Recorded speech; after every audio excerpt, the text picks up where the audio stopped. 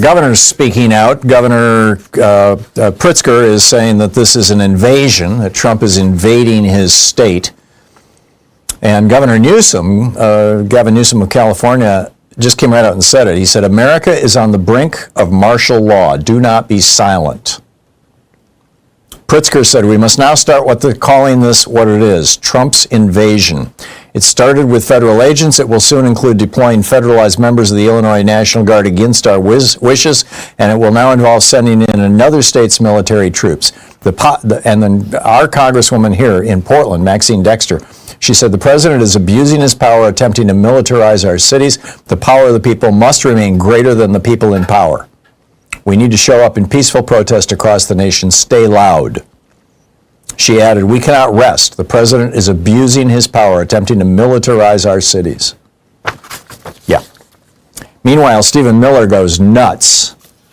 He says, the issue before us now is simple and clear. There is a large and growing movement of left-wing terrorism in this country. It is well-organized and well-funded and shielded by far-left Democrat judges, prosecutors, and attorneys general. The only remedy is to use legitimate, and then ... force, basically. But here in Portland, we've figured out how to respond. The naked bike ride is cranking itself up. Seriously, they sent out an email to everybody, and they've got 10 pieces of basic advice. No shame in wearing underwear. Wear sensible shoes. Hairy individuals should avoid duct tape. Bring a fanny pack. If you ride at night, you must have a white front headlight. Nudity in public areas. I didn't know this. Nudity in public areas as a form of protest is protected under Oregon's Constitution. Photography is discouraged for obvious reasons. Touching and lewd comments and staring is not allowed. Ride carefully and buddy or go with the group. And finally, this right-winger, a professor at George Mason University's Scalia Law School, senior research fellow at the Heritage Foundation, Eugene Kontrolovich, wrote an... In addition to bringing you the Thom Hartmann program here on Free Speech TV and Video Media Online, we also have a whole set of ways you can interact with us and tools you can use to spread the word about the importance of democracy and the threats to it in our republic. First, there's your daily homework. Sue Nethercutt puts together a daily email newsletter that has a link to every story I discuss on the air, so you can find my sources and you can share them with your friends. It's free and you can sign up at thomhartmann.com. Second, I publish my daily take every day over at the hartmannreport.com website. That's also free if you want the daily 5 days a week rant in your inbox. No ads either. Third, we have the podcasts.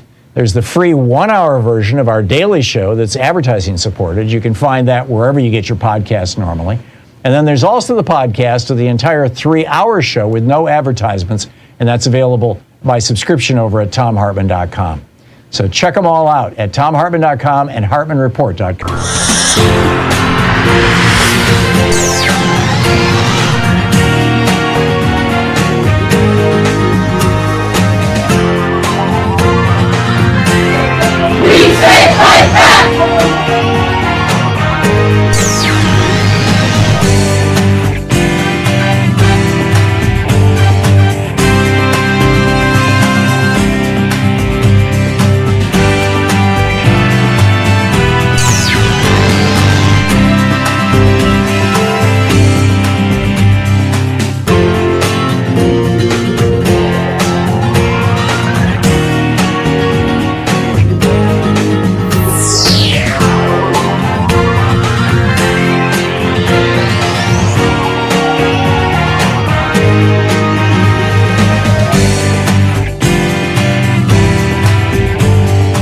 The Thom Hartmann Book Club is Under the Influence, Putting Peer Pressure to Work by Robert H. Frank.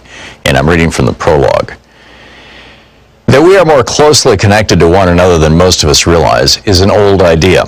An important variation dates from 1929 when Hungarian writer Frigyes Karinthy published a short story entitled Chains.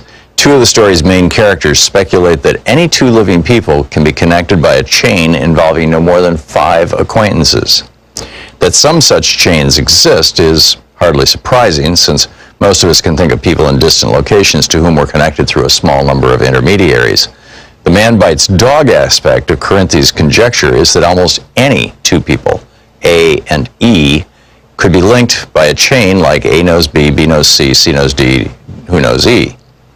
One of the first systematic attempts to test this claim came in the 1960s with a series of experiments by the psychologist Stanley Milgram.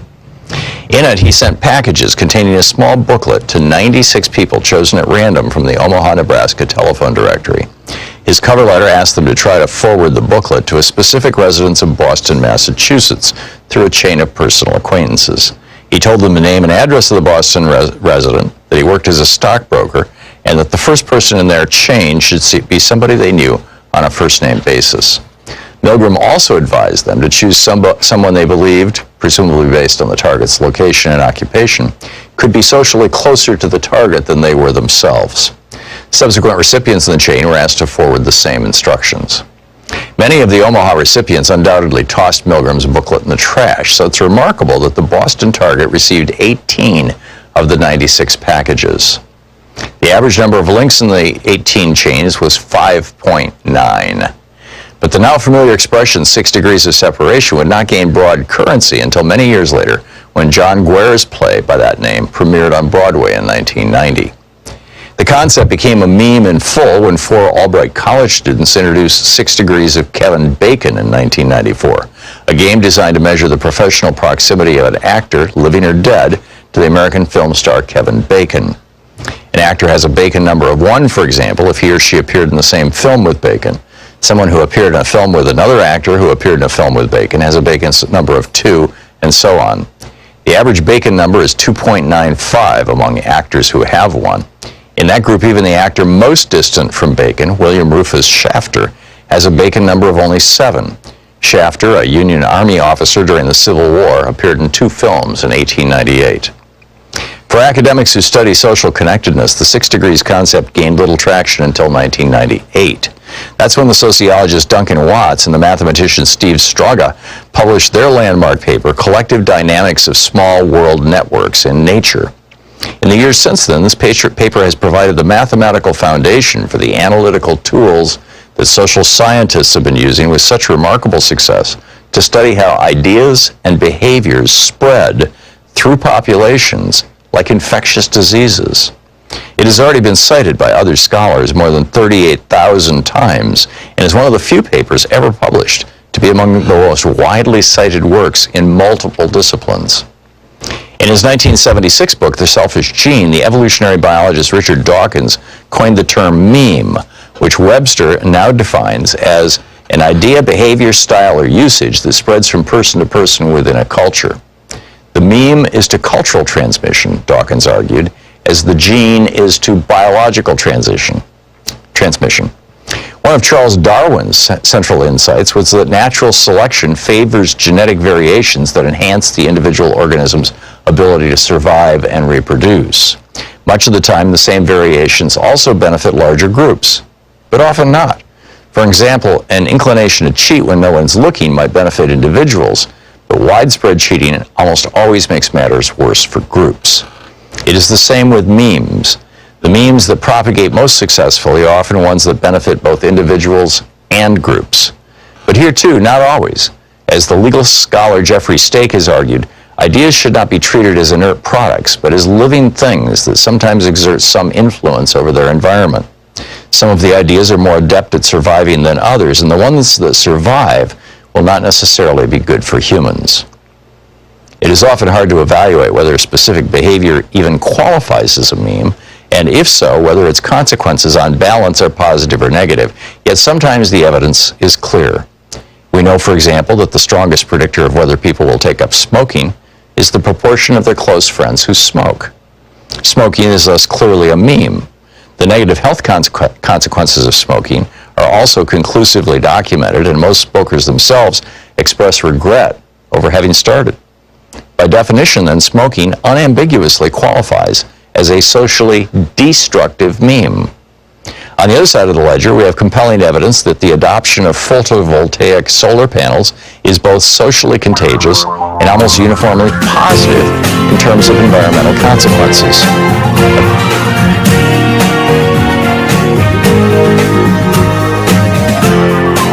This is the Thom Hartmann Program.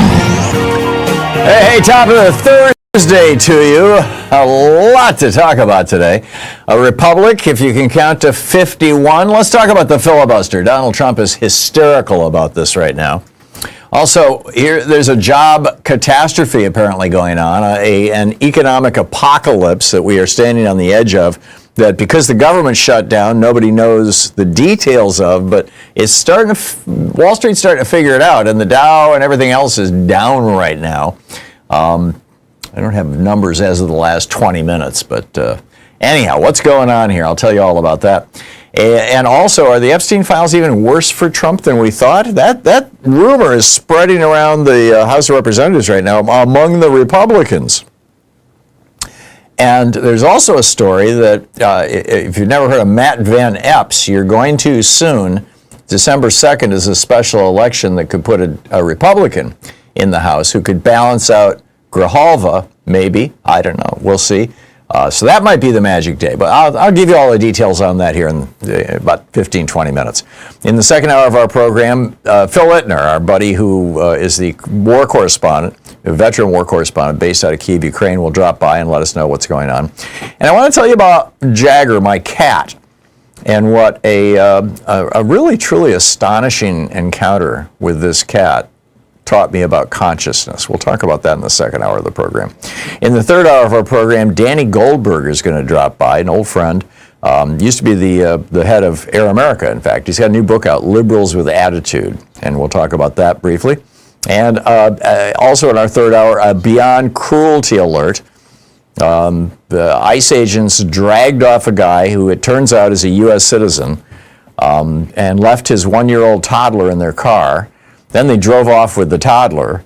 Later, the parents picked it up at some weird ICE facility, but nobody knows where Dad is. What's going on with this? I mean, this is who we are now, right?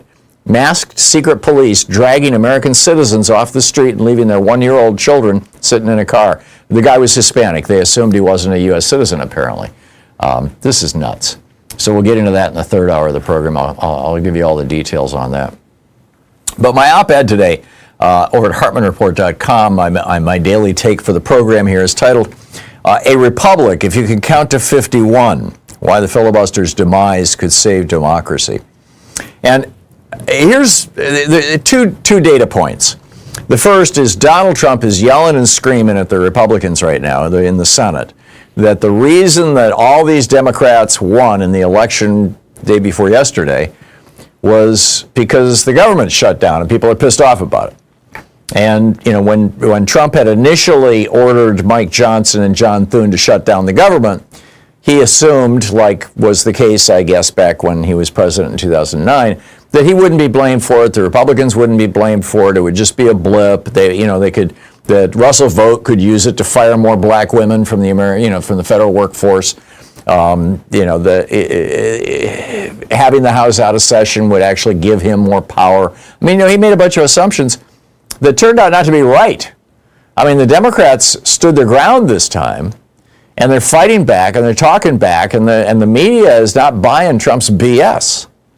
And so he's hysterical about this. Now, John Thune, the Republicans in the Senate, could end the filibuster tomorrow. I've been saying that on this program for 5 weeks now. And I keep getting calls from Republicans going, "You're lying. You don't know what you're talking about. This is Democrat shutdown. The Democrat Party." Which is just bizarre because there's no such thing as a Democrat Party. It's a slur that Joe McCarthy came up with in the 50s. But anyway, the Democrat Party is shutting down the government. No.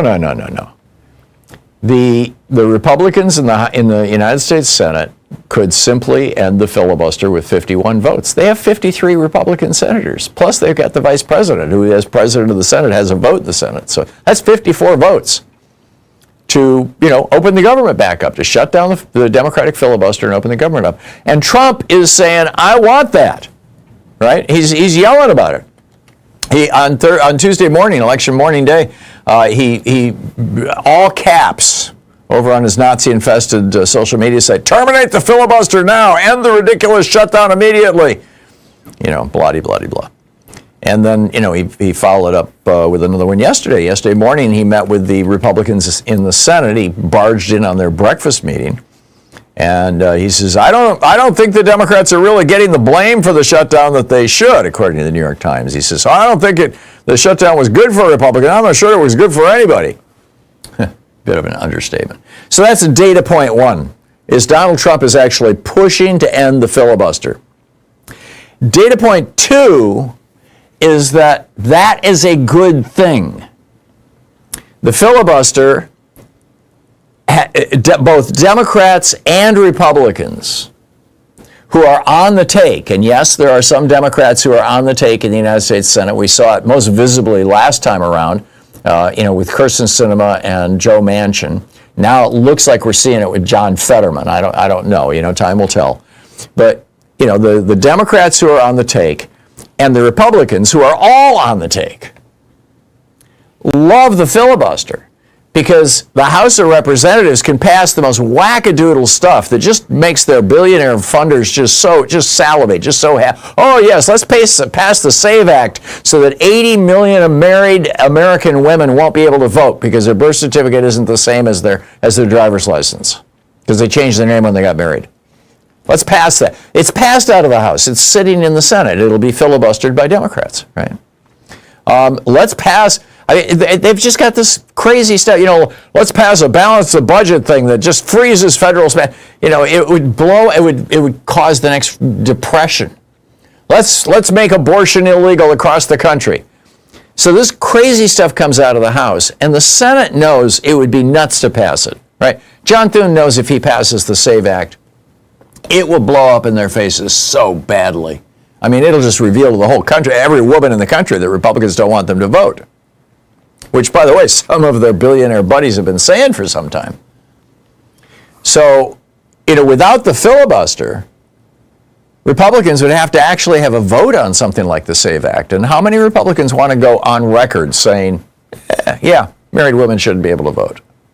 It's not going to happen. Or, yeah, life begins at conception, and therefore all abortion is illegal.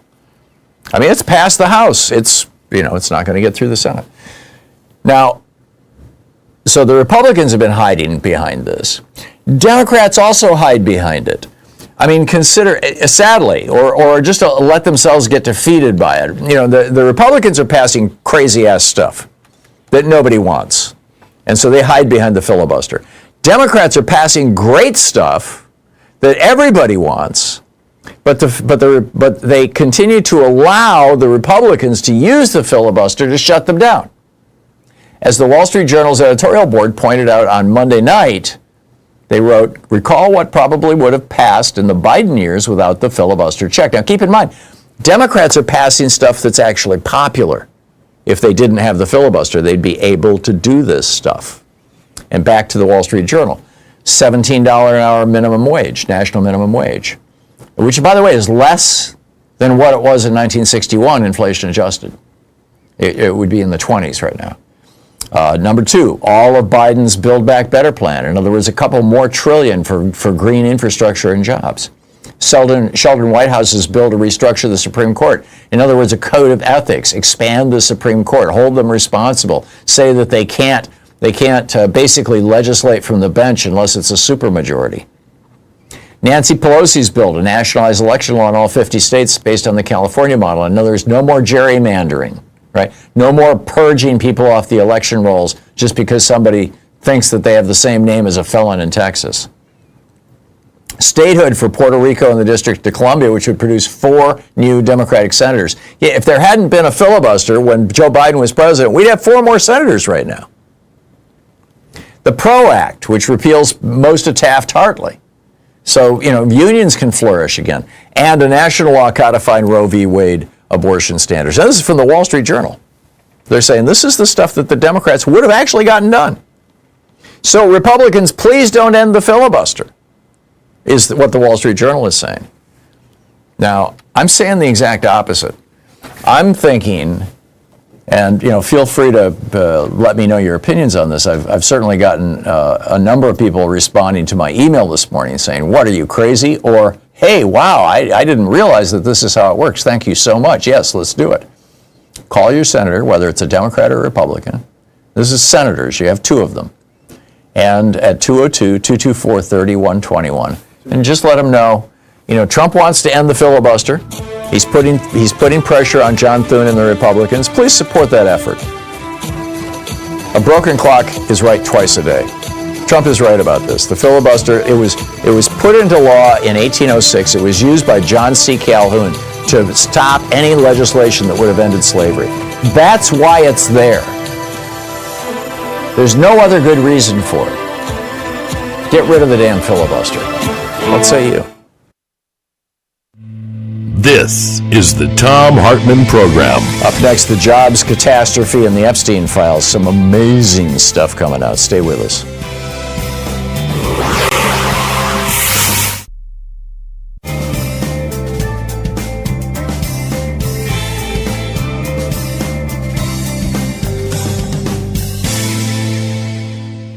And welcome back. Hills in Ventura, California, listening on KPFK. Hey, Hills, what's on your mind today? Good morning. I wanted to ask you, Tom, have you heard of something I heard the other day that I thought it sounds spectacular. It's called TEI, the acronym for Transparent Elections Initiative in Montana. And it's something developed by, I believe it's lawmakers in Montana to respond to Citizens United.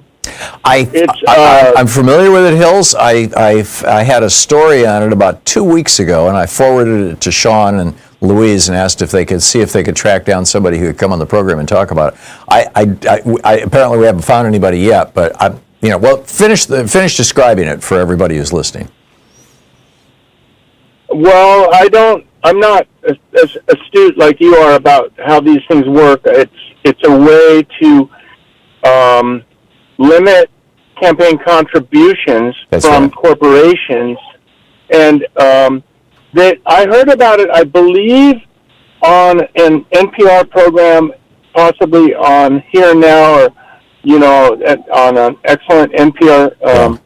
It has the potential to be a big deal, Hills, and basically what it is, Citizens United, the Supreme Court said two things. They said corporations are persons and they have rights under the Bill of Rights, and one of those rights is the right of free speech. And then secondly, they said that for a corporation which does not have a mouth and therefore cannot speak, the way that they can speak is by using money, by pouring money into politics. Now, the Montana, I believe it's a constitutional amendment. I'd have to go back and look. It's been 3 weeks since I read about it. But the Montana initiative, which has, I think, a good chance of passing, there's a lot of citizen support for it, would basically say, no, we're getting dark money out of our elections here. And the reason I wanted to get somebody from Montana on about it is, how are you going to resolve the conflict between that and a Supreme Court ruling? And I think that they've come up with a slick way around it, but I can't describe it for you right now. I'm sorry. What about John Tester? He's an astute man. Yeah, he's a good guy. Maybe Sean can reach out to him. That's a great suggestion. Hills, thanks for the tip on that. And thanks for the reminder. I've been meaning to jump all over this thing, and it keeps sliding by. Jan in Etna Green, Indiana. Hey, Jan, what's on your mind today? Thanks for watching Free Speech. You betcha. Hi, Tom. Hey. Well, like I told the screener, I disagree with your ending the filibuster.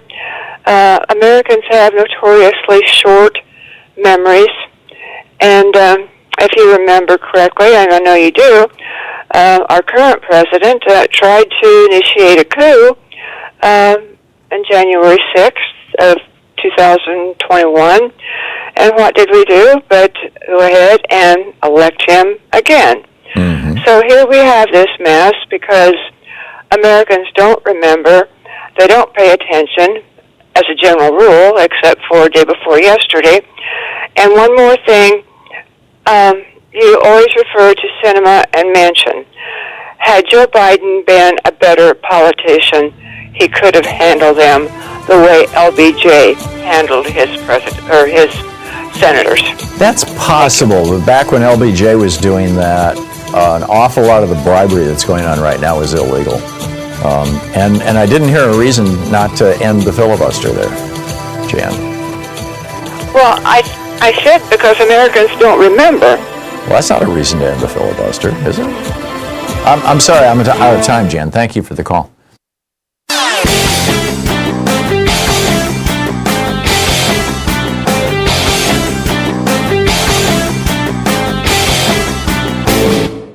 Change starts with you. You can be calling your Democratic or Republican representatives to let them know what you think by calling 202-224-3121. It's the Capitol switchboard. It'll get you right through to them.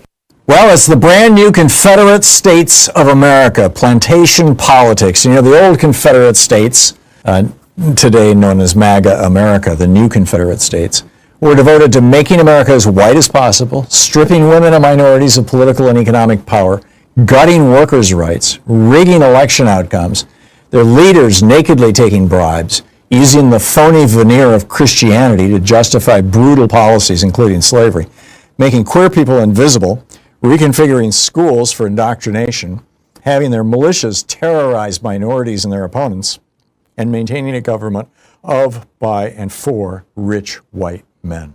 And these are the principles, the core principles around which the modern-day GOP has reorganized itself. You can find an entire article about this that lays the whole thing out over at HartmannReport.com. It's titled "The Plantation Politics of MAGA America. Is This the Future We Want?" Check it out.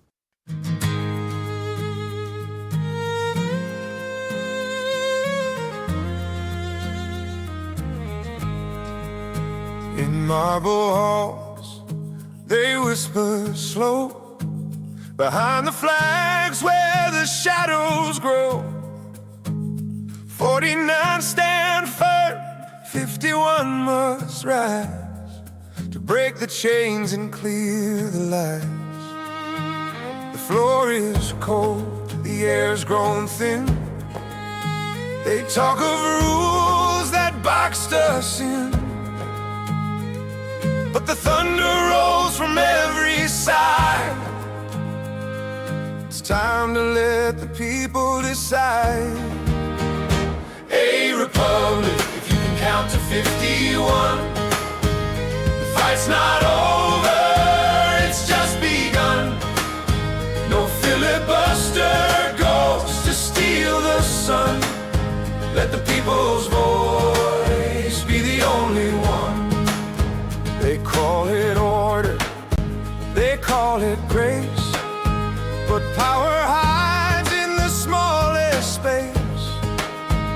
A single rule from a dying time still echoes through the filibuster's rhyme. The founders wrote by candle flame. Let the vote reveal the name, and every voice, both lost and won, is crying out, let the count be done. 24 minutes past the hour. Welcome back. U.S. stocks slide as tech jitters return. This is the headline over at the Financial Times this morning. But here's the kicker. They point out that the NASDAQ was down 1.6%, the Dow is down, the S&P is down. They said private sector jobs data from Challenger, Gray, and Christmas. Now, we have to get this from private companies because the government is shut down. Trump will not allow, and Mike Johnson will not allow us to know how bad October was. So anyhow, private sector jobs data from Challenger, Gray, and Christmas show that October job cuts were the worst figure for the month in any year since 2003. 2003. That was the tail end of the tech bubble, or the dot-com crash. U.S. employers announced more than 1 million job cuts since the start of the year, the firm said.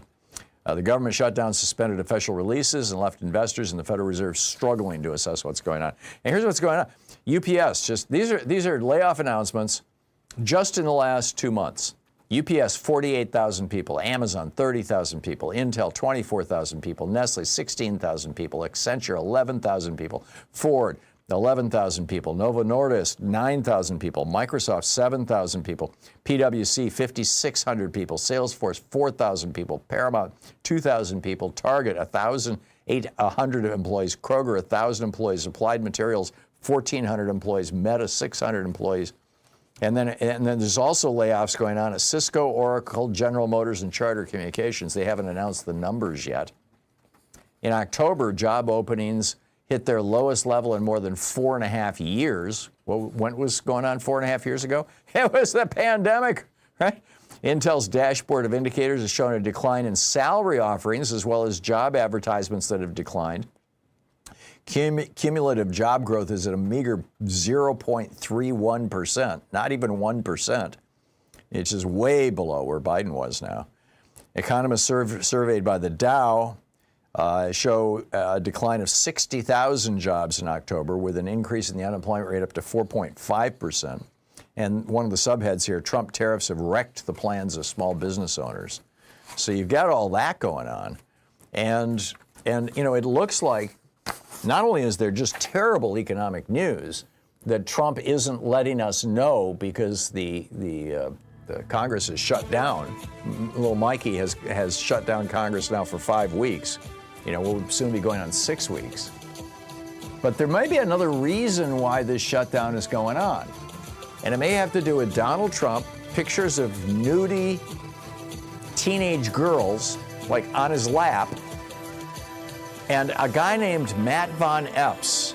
I'll tell you all about that on the other side of the break, and I'll pick up your calls. Stay with us.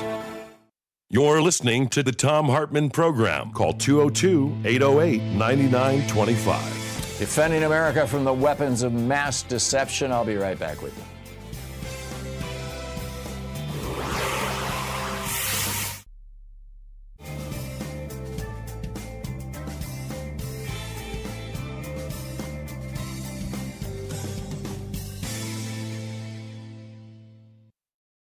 Today's book in our book club is The Hidden History of the War on Voting, Who Stole Your Vote and How to Get It Back, by this guy, Thom Hartmann. This is from chapter 1, or from the introduction, actually. In 2016, 6% of Americans who were eligible to vote nominated Donald Trump as the GOP's presidential candidate. It was 8% for Hillary Clinton on the Democratic side. Trump went on to be elected president by 26% of eligible voters. The modern American oligarchs have largely stayed in power using 3 simple elements: explicit and overt racism, massive disinformation campaigns, and voter suppression. No ideas, no push for better schools, hospitals, airports, roads, or bridges, or reform of our health, energy, or financial systems. No promise of more and better jobs. None of these staples of past presidential campaigns can be found in pretty much any Republican advertising today. Instead, the public Republican message is all about race, or the subset of race, religion. Muslim stands in for brown Arab in GOP speak, and immigration, aka brown people from south of our border, and socialism. Meanwhile, Republican secretaries of state across the nation are vigorously purging voters from the rolls. Over 17 million, more than 10% of America's active voters, in just the 2016-2018 period, according to NBC News. After the After the 5 Republican appointees on the U.S. Supreme Court gutted the Voting Rights Act in 2013, 14 GOP-controlled states moved within a year, some within days, to restrict access to the vote, particularly for communities of color, students, and retired people. In North Carolina, for example, 158 polling places were permanently closed in the 40 counties with the most African-American voters just before the 2016 election, leading to a 16% decline in African-American early voting in that state. An MIT study found that nationwide, Hispanic voters wait 150% longer in line than white voters, and black voters can expect to wait 200% longer in line to vote. In Indiana, then Governor Mike Pence's new rigorous voter ID law caused an 11.5% drop in African-American voting. Students are suing for their right to vote, and retired people who no longer drive but care passionately about their Social Security and Medicare are being turned away at the polls by the hundreds of thousands because their driver's licenses have expired. The obvious failure of 40-plus years of Reaganomics and GOP policies to maintain a functional middle class in America has been a problem for the modern GOP. In 1974, for example, the GOP had outright control of only 7 states. The message, elect us and we'll help the rich people, just didn't generally resonate with American voters. It's the reason why, outside of the fluke elections of 46 and 52, Democrats controlled the House of Representatives outright for 3 generations, from 1933 to 1996, and controlled the Senate for most of that time. Desperate to win the presidency for the GOP in 1968, Richard Nixon went so far as to commit treason by torpedoing a peace deal with President Lyndon Johnson that President Lyndon Johnson had worked out with the North and South Vietnamese. According to Abul Hassan Bani Sadr, then president of Iran, Ronald Reagan did the same thing by cutting a deal with Iran whereby they would hold on to the U.S. embassy hostages until after the 1980 presidential election, torpedoing Jimmy Carter's chances of re-election. But in 2000, the GOP changed tactics. After Reagan was almost busted for his part in Iran-Contra, he testified that he had forgotten about details of the program more than 80 times. His growing Alzheimer's spared him an indictment. They realized that getting busted for treason wasn't worth the risk. They needed a plan B, and it was deliciously simple. If most voters don't like what you're selling, then just don't let them vote. Paul Weyrich promoted this idea back in 1980 when he was campaigning for Reagan after co-founding the Heritage Foundation. And indeed, many Republican luminaries, such as William Rehnquist, who went from serving the GOP by standing in polling places and intimidating Hispanic and Native American voters in the 1960s, to becoming Chief Justice of the Supreme Court, rose up through the ranks by participating in Republican-run voter intimidation schemes. Voter suppression became the foundational go-to tactic for the GOP in 2000. Although the GOP attacked Democratic presidential nominee Al Gore with smear and innuendo, ridiculing him for helping write the legislation that created the modern internet, for example, the main thing that got George W. Bush into the White House was voter suppression. His brother, Florida Governor Jeb Bush, and Bush's Secretary of State, Katherine Harris, threw somewhere between 20,000 and 90,000 African-American voters off the rolls. They were able to get the vote close enough. The 5 Republican appointees to the Supreme Court functionally awarded Bush the presidency. The BBC covered this in 2001 in 2 major investigative reports that were seen all over the world, except on any American media. By 2016, the Republican Party had fine-tuned its voter suppression and intimidation systems to the point that they ran like well-oiled machines in nearly 30 states. Between the 2012 and 2016 presidential elections, for example, Ohio had purged more than 2 million voters from its rolls, the vast majority, more than 2 to 1, in heavily African-American and Hispanic counties. The 5 Republican appointees on the Supreme Court ruled in 2017 that they could keep it up. And other states have since adopted their new tactic of caging voters. The book, The Hidden History of the War on Voting, by me.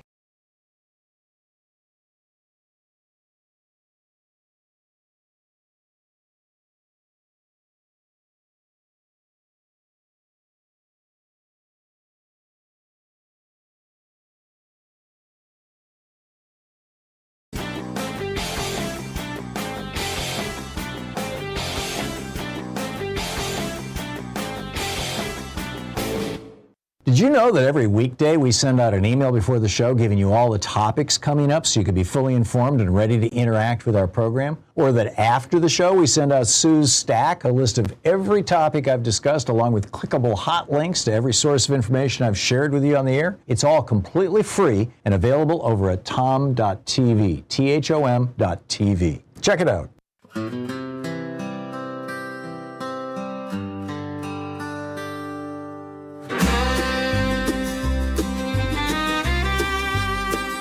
Out of the silence, a strong man shouts.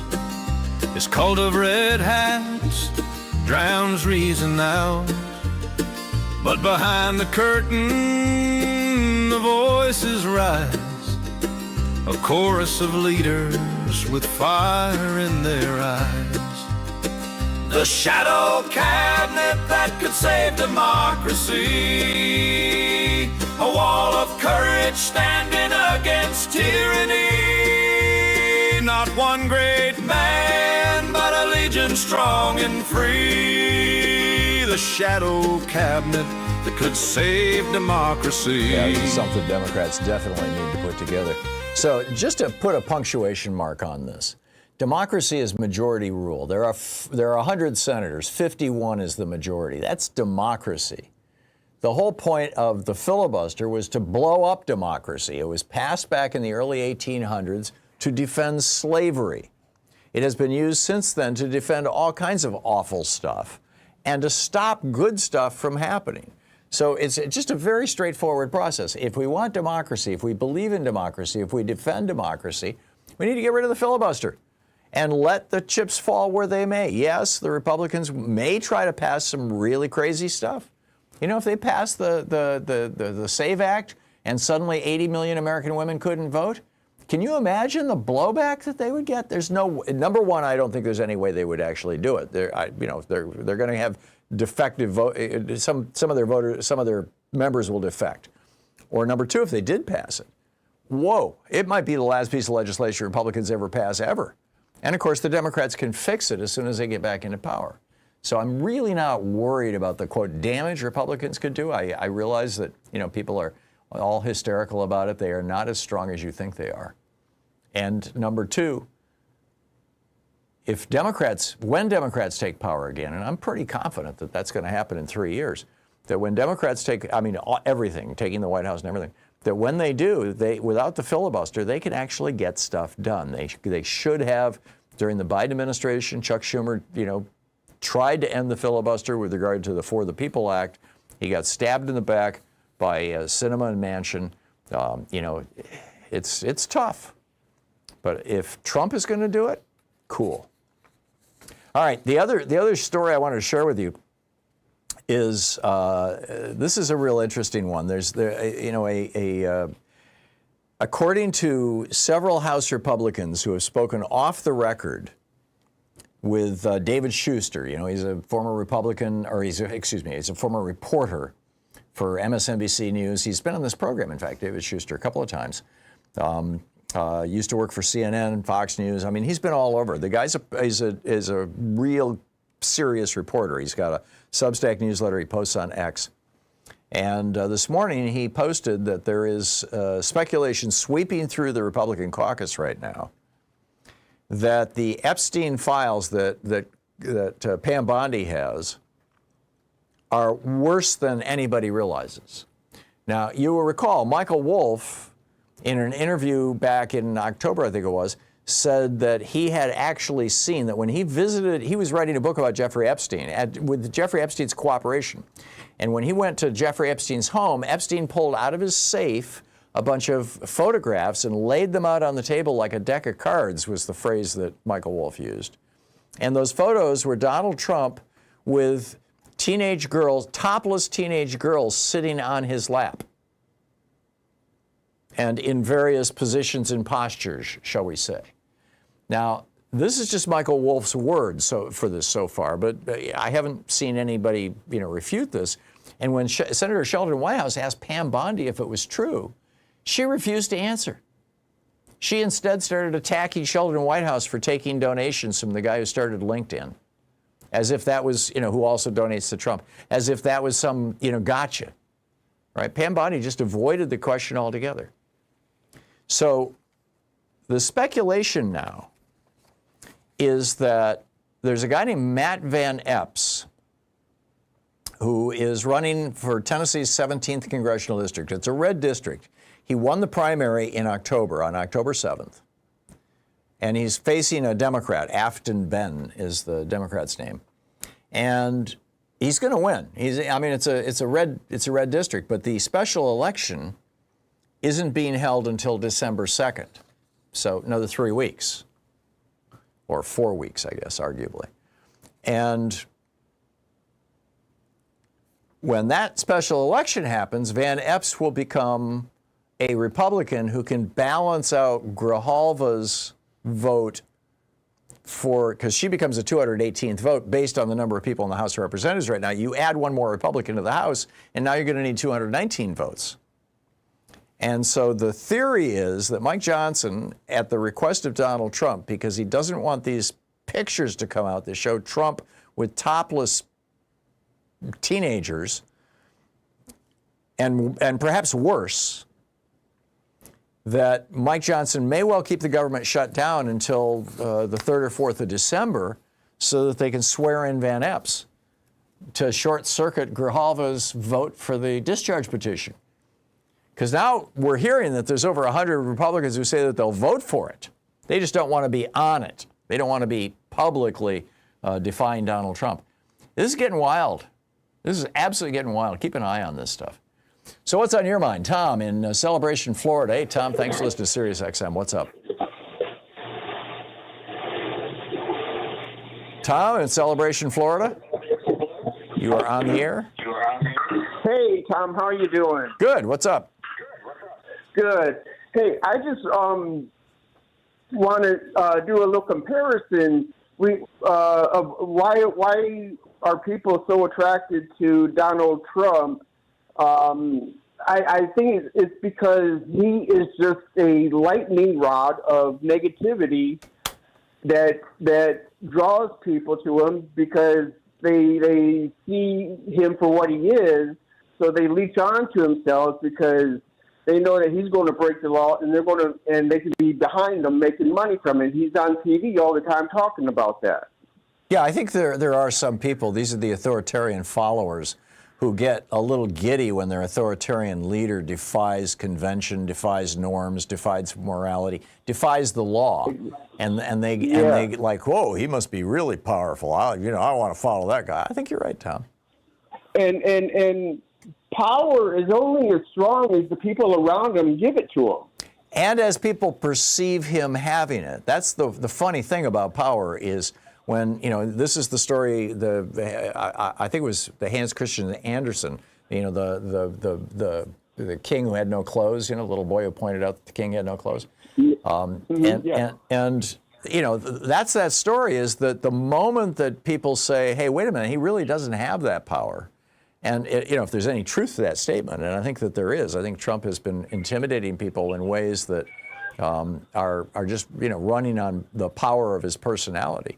And exactly. And I think the election yesterday, he's got a bunch of balloons here. The election yesterday put a pin in at least a couple of them. And I think it's going to get worse. Tom, excellent point. Thanks a lot for calling and making it. Rick in Doylestown, Pennsylvania. Hey, Rick, what's up? Well, I just want to inform you what's going on in my neighborhood. I took this homeless girl to a thrift shop, and I've been there several times for people, and there's usually like 2 or 3 people in the thrift shop. There was 15 to 20 people.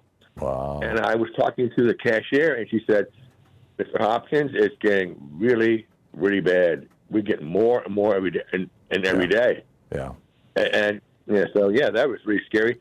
And then I find out that there are people that are protesting about SNAP at the courthouse here. Cool. And the other thing is, of course, I won't mention his name, but we have a certain sheriff, without supervisor's permission, wants to bring ICE in here to get rid of the evil people that are using drugs. And the real curious thing to that is, people like me, I don't have a really big yard, but friends of mine that have yards, they want someone to do the landscaping. And formerly, we would hire this one particular person that was Mexican who could do just a good job. And you can't find him. Yeah. Don't know where he's. Yeah, they're either hiding or they've been snatched. Yeah, no, it's right. wild. And if you're looking for people who are using drugs, you don't want to be looking at immigrants because by and large they're not using drugs. They have a much lower rate of drug abuse than average white people. Right. You want to talk to the rich white kids. And and the thrift stores, there's one opening in the neighborhood that Louise and I live in. And we've been kind of setting aside clothing to take over there. We got to run it through the dry cleaners first, but setting aside clothing that we want to take over there that we're not going to wear. And I just love thrift stores. I mean, when I was a little kid, my dad got a union job when I was 7. And so for the first, 7 years of my life, and I remember, at least 5, 6, 7, I remember those years pretty well. We were living on surplus food, and because my dad was selling encyclopedias door to door, and we were doing all our shopping in the thrift shops, and I knew the subtle differences between the Salvation Army and the Volunteers of America, and I knew all the thrift shops in Central Michigan, and around Lansing. And I still love the way they smell. I love to walk into them and just, it flashes me back to being a kid.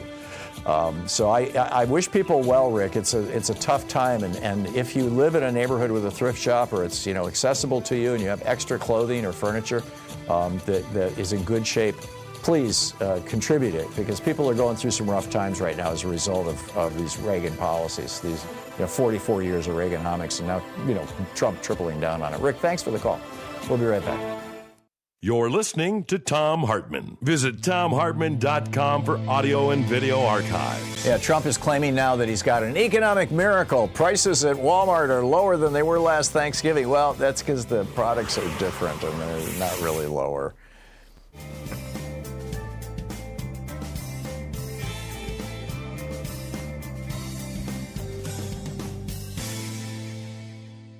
And welcome back, Marie in upstate New York. Hey, Marie, what's up? Hi, Tom. I'm so glad to talk with you this morning, but I wanted to check in on the filibuster thing and ending the filibuster. And I get what you're saying. This is the filibuster in general you're talking about, but I think your messaging on it could be better tuned. If you're just calling up Senator Schumer and saying, end the filibuster, I think there's potential for a lot of confusion there. No, I'm calling out Senator Thune saying, end the filibuster. Oh, okay. I thought He's you were the guy who saying can do it. earlier that Schumer can't do it. Call whether your senator is Democratic or Republican. Oh yeah, no, you want to call the Democratic senators because there's going to be we know right now that there are 5 or 6 Republican senators. In fact, I have a list of them here someplace who are on the record saying they will not vote to end the filibuster. So it's going to take some Democratic votes. You have to have 51 votes to end the filibuster. So I would say call both. I get that, but you got to make sure you specify that it's not the filibuster that everybody's all worried about that's holding up that we're filibustering for health care. No, there's only one filibuster. It's a process, it's a procedure that's written into the Senate rules that if any senator objects, and it used to be that you had to stand and talk to hold a filibuster. Well, I understand and that you had Tom. to have 40 members of the Senate with you, and if you went down to 39, the filibuster ended. I mean, if we wanted to go back to the old Jimmy Stewart filibuster, which was changed in the 60s, I'm okay with that.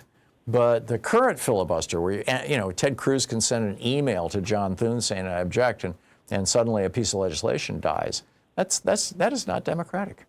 Small d democratic. Oh, I get that, and maybe I'm mistaken, but I understand that the filibuster that the Democrats are not agreeing to right now. The little single filibuster. I'm not talking about the big filibuster in general. That's what you're talking about right now. Well, no, it's the same thing. But I'm talking about the little filibuster that's going on right now in the Senate.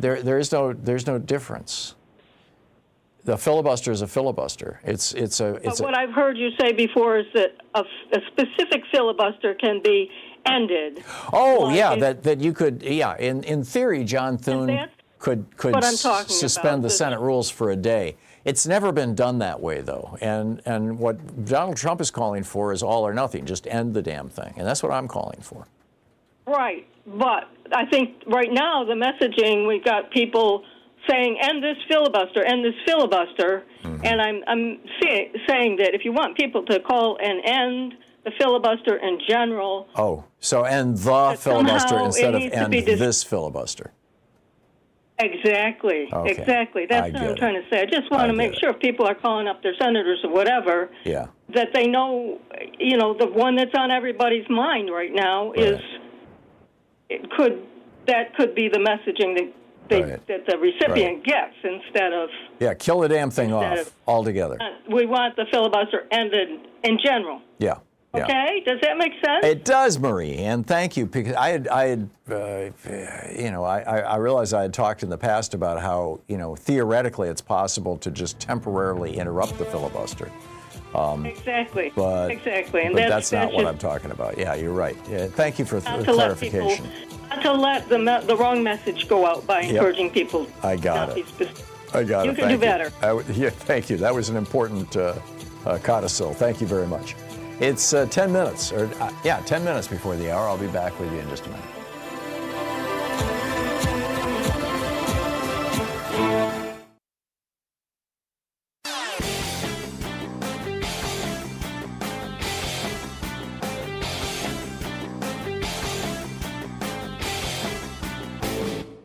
Hey, thanks so much for sharing our program and for reaching out to our stations and sponsors and letting them know that you're listening. It really means a lot to us.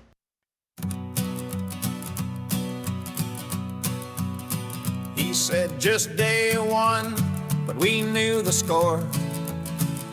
Now he's sending troops to settle old score. From LA streets to the Capitol's dome, he's making this land feel less like home. He's a dictator with a MAGA crown, turning our freedoms upside down. laughs off the loss, says it's just a game. But democracy's torch is losing its flame. Welcome back, 9 minutes before the hour. Picking up your calls here. Sandy in Hinsdale, Illinois. Hey, Sandy, what's up? Oh, gee, Tom, thanks so much. Unfortunately, I guess on the filibuster, I just totally got confused. So here, let me see if I can kind of make this scenario. Right now in the Senate, the Republicans have the majority so that they could easily pass this bad, beautiful bill. That's right, the continuing the resolution. Yes. Right. But what the Democrats could do is they could filibuster the bill. They have. They are right now. Oh, they're doing it right now. Right. Okay. That's why the government is still shut down. Is because that legislation has not passed. Oh, all right. And Trump wants Thune to end the filibuster, which can be done with 51 votes with a simple change of the Senate rules. But Thune doesn't want to do that because he knows that when the Democrats come into power, they'll be able to do all kinds of cool stuff. See, now that goes to my question then. I am surprised that John Thune doesn't, in order to get this bill, by ending the filibuster, I'm surprised he's not on the same page, even though that is down the line. This right now is so important to the Republicans to get this. Well, it is and it isn't. I mean, they've been taking money from these right-wing billionaires who want to end all the social programs and privatize Medicare and everything and Social Security and everything else for years. And then they take their money, they introduce the legislation, it passes the House of Representatives, it goes to the Senate, and the Democrats filibuster it, and then the Republicans throw up their hands and say, I'm sorry, Mr. Koch, I'm sorry, Mr. Zuckerberg, I just can't do it, because of those damn Democrats. Well, if there was no filibuster, the Republicans would have to do one of two things. They'd either have to pass the damn legislation, in which case the public would turn against them so fast they'd go down like Herbert Hoover, or so a couple of them are going to have to stand up and say no, in which case they're going to have a fight with their billionaire donors. And John Thune wants to avoid either of those scenarios. And Donald Trump is trying to force him into it because Trump realizes that every day this shutdown goes down, particularly starting tomorrow when they start canceling flights, is pissing off the American people, and they're taking it out on the Republicans. Right. Okay. Now I get it. Now I can call my senator to say end it. Okay. Yeah, end the damn filibuster so that when the Democrats come into power, they can get something done. And, and yes, we realize the Republicans will, if you end the filibuster, the Republicans will try to do some crazy stuff. Let them do it. It's not going to be permanent. We can undo most of it. And in the meantime, it's going to piss off so many Americans that you're going to have twice as many people voting next year as you have right now, in my opinion. Well, that's true, Tom. The only thing right now is that Democrats, I think, are looking so strong by making this stand. Yeah. So I think that they're really caught right now between that rock and a hard place. If Thune ends the filibuster, he'll take, it won't look like, it'll look like he bowed to the Democrats. Like the Democrats finally really won. I mean, because he ended the filibuster. I mean, basically he's got two choices. He can either end the filibuster or he can negotiate with the Democrats and come up with legislation that's acceptable to both. And the Democrats' demands are not particularly onerous. I mean, there's all kinds of awful stuff in Trump's bill. They're just picking one, which is the ACA subsidies. Right. I think that, I had a list that I wanted them to stand by, but they're doing it smart. They're doing it with a single issue. So, Thune is between a rock and a hard place right now, and Trump is making it much more difficult for him. And he's very unhappy about that. Sandy, I got to move along, but thanks for the call. That was great. I appreciate the opportunity to clarify. Thank you. Brian in Forkstown, Pennsylvania. Hey, Brian, what's up? Hey, Tom, how you doing? Recently, not just 3 hours ago, I found out that you have a program on Sirius. So just to go over a little bit one of your recent videos, the Charlie Kirk, you said that there's a lot of Charlie Kirk conspiracy theories out there. And what's going on? We know exactly what happened. So why are you convicting the alleged shooter, Tyler Robinson, before the courts have even convicted him, if they do? I don't know what you're talking about, Brian. Really? Yeah. What I haven't convicted anybody of anything. Well, no, I just watched a video on YouTube of your program not 2 hours ago saying that you were like, "What's up with all these ridiculous Charlie Kirk conspiracy theories?" Oh yeah, you've got Candace Owens out there saying that she thinks that Charlie Kirk was killed by a government agent or something. I mean, they've got the guy who had the gun. They've got the guy who's in the pictures. They got. I mean, you know, I'm not convicting him. It sure looks like he's going to be convicted. But well, there are far too many. Geez, why are you upset about that? Well, because there are far too many inconsistencies that show that this entire narrative is about as big a steaming pile. So who do you think actually killed him? Well, you know what? First of all, I'm not even convinced he's dead. Okay, because when they were pulling him away, and I understand that we have to be protected on YouTube and the internet from bad words and violence, but when they were pulling him off, even though it was pixelated, there was no arterial spurting from a gunshot. Well, it could have been because he was dead by that point. Well, you want to know what? Even if you're dead, the heart's going to continue to beat for about 60 seconds or so, just like the brain stays active for about 6 minutes. Yeah, Brian, thanks for the call. I'm not getting it. We'll be right back. You're listening to Thom Hartmann.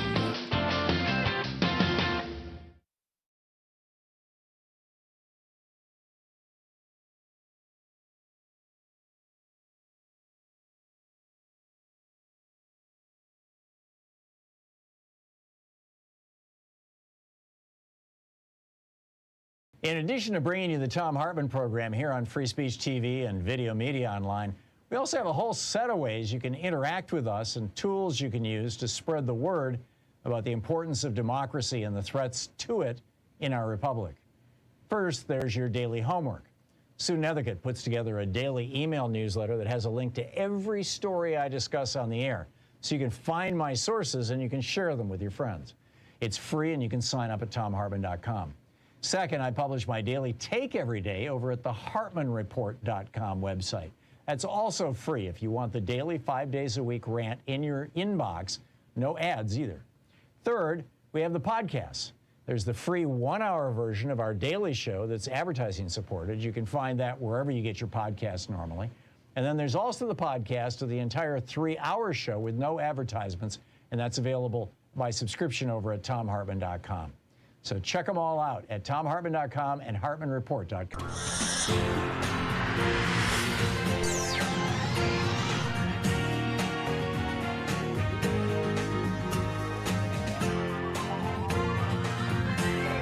We say fight back!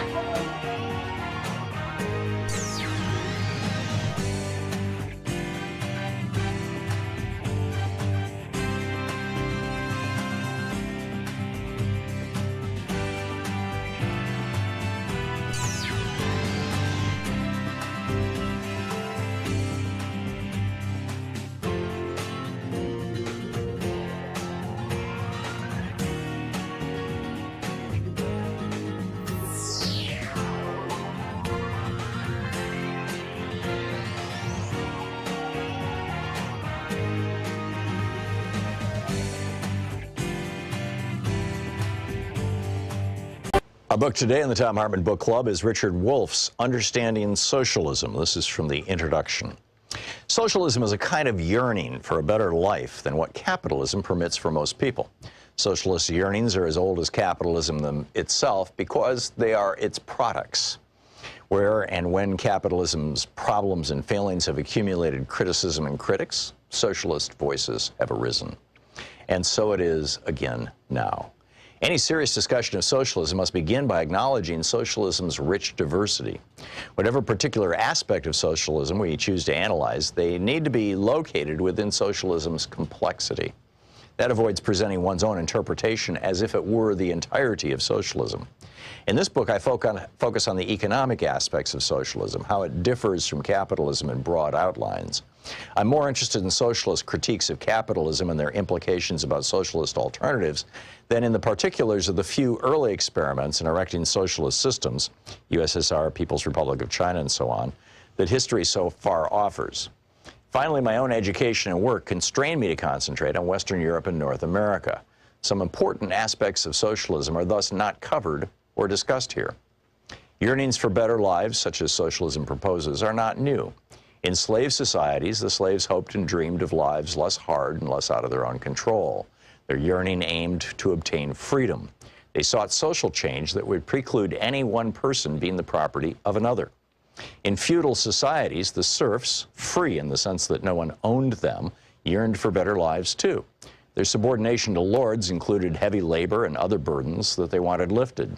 They hoped and dreamed of a society in which they would not be bound to the land, the lord of that land, and the feudal dues of labor and subservience. The serfs mobilized in the 1789 French Revolution to demand liberty, equality, and brotherhood. In effect, the serfs had expanded on what the slaves had called freedom. In the American Revolution against British King George III, the revolutionaries were neither slaves nor serfs. They were mostly self-employed farmers, craftspeople, and merchants subject to a foreign feudal kingdom. They wanted liberty as individuals to pursue their dreams without hindrance from feudalism or monarchism, whether foreign or domestic. They added democracy to the goals advanced by the slaves and serfs before them. The different systems of slavery, feudalism, and small-scale self-employment produced masses of people yearning for better lives. Eventually, each of those systems provoked revolutions. Many people then sought to break away from and go beyond those systems. The French and American revolutions marked key moments in the social transformations of major pre-capitalist systems into capitalist ones. By capitalist system, we mean that particular organization of production in which the basic human relation is employer-employee instead of master-slave, lord-serf, or individual self-employment. The revolutionaries who wanted and built capitalism hoped and believed the transition to employer-employee relations of production would bring with them the liberty, equality, brotherhood, and democracy they had yearned for. The revolution's leaders promised to themselves and to the people they led that those goals would be achieved. But the transition to capitalist employer-employee relations that increasingly replaced the previous slave, feudal, and self-employment relations of production had unintended consequences. Capitalism soon proved to be different from what its revolutionaries had hoped. While it enabled some people to be more free and more independent than slaves, serf, or self-employed subjects of monarchies had been, it also seriously limited freedom, independence, and democracy for many.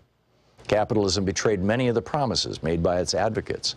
It produced and reproduced great inequalities of income and wealth. Poverty proved to be as endemic as capitalism seemed equally adept at producing and reproducing both wealth and poverty. The capitalist rich used their wealth to shape and control politics and culture. Democratic forms hid very undemocratic content. The cyclical instability attending capitalism constantly threatened and hurt large numbers of people, and so on. Growing numbers of employees within capitalism began to yearn for better lives. They defined those yearnings first in the familiar terms of the earlier French and American revolutions: equality, fraternity, liberty, and democracy. They criticized a capitalism that failed to deliver those to most people and demanded social changes to achieve them. Many people still continue to want a better, softer, friendlier capitalism, where government regulates and intervenes to achieve more of what the French and American revolutionaries had yearned for and promised. They are also often self-defined as socialists. However, capitalism's development provoked another, different perspective that also called itself socialism. In that view, capitalism had not broken from slavery, feudalism, and monarchy nearly as much as its advocates had imagined. Slavery had master slaves, feudalism had lord serfs, and monarchy had king subjects as their key sources of their inequalities, lack of freedom, oppressions, and conflicts. The employer-employee relation of production and capitalism generated parallel problems. Capitalism installed monarchies inside individual workplaces, even as monarchies outside workplaces were rejected. Kings mostly disappeared, but inside workplaces, the owners or their designated boards of directors assumed king-like powers. The book Understanding Socialism by Richard Wolff.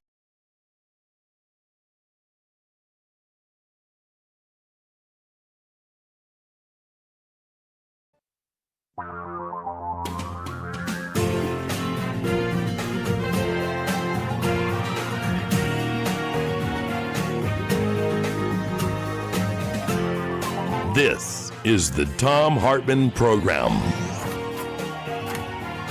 Hey, welcome back. Phil Ittner's on the line with us, our buddy who's the veteran war correspondent based in Kyiv, Ukraine, host of the brilliant podcast On the Edge. You can find out all about it over at philipittner.com, philipittner.com, and Ittner Philip on Blue Sky and Twitter.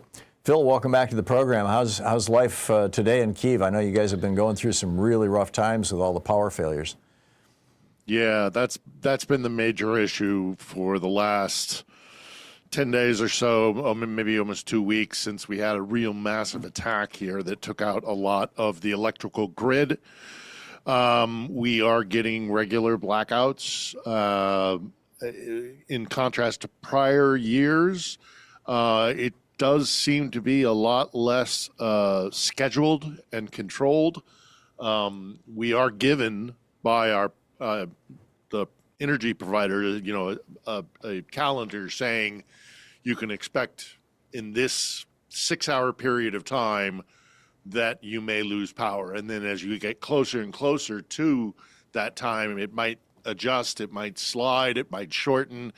It's much more unpredictable, it seems, than last year, for example, when you could reliably plan things out and say, okay, we're not going to have power here. We better not start a load of laundry or start a podcast or something, in my case.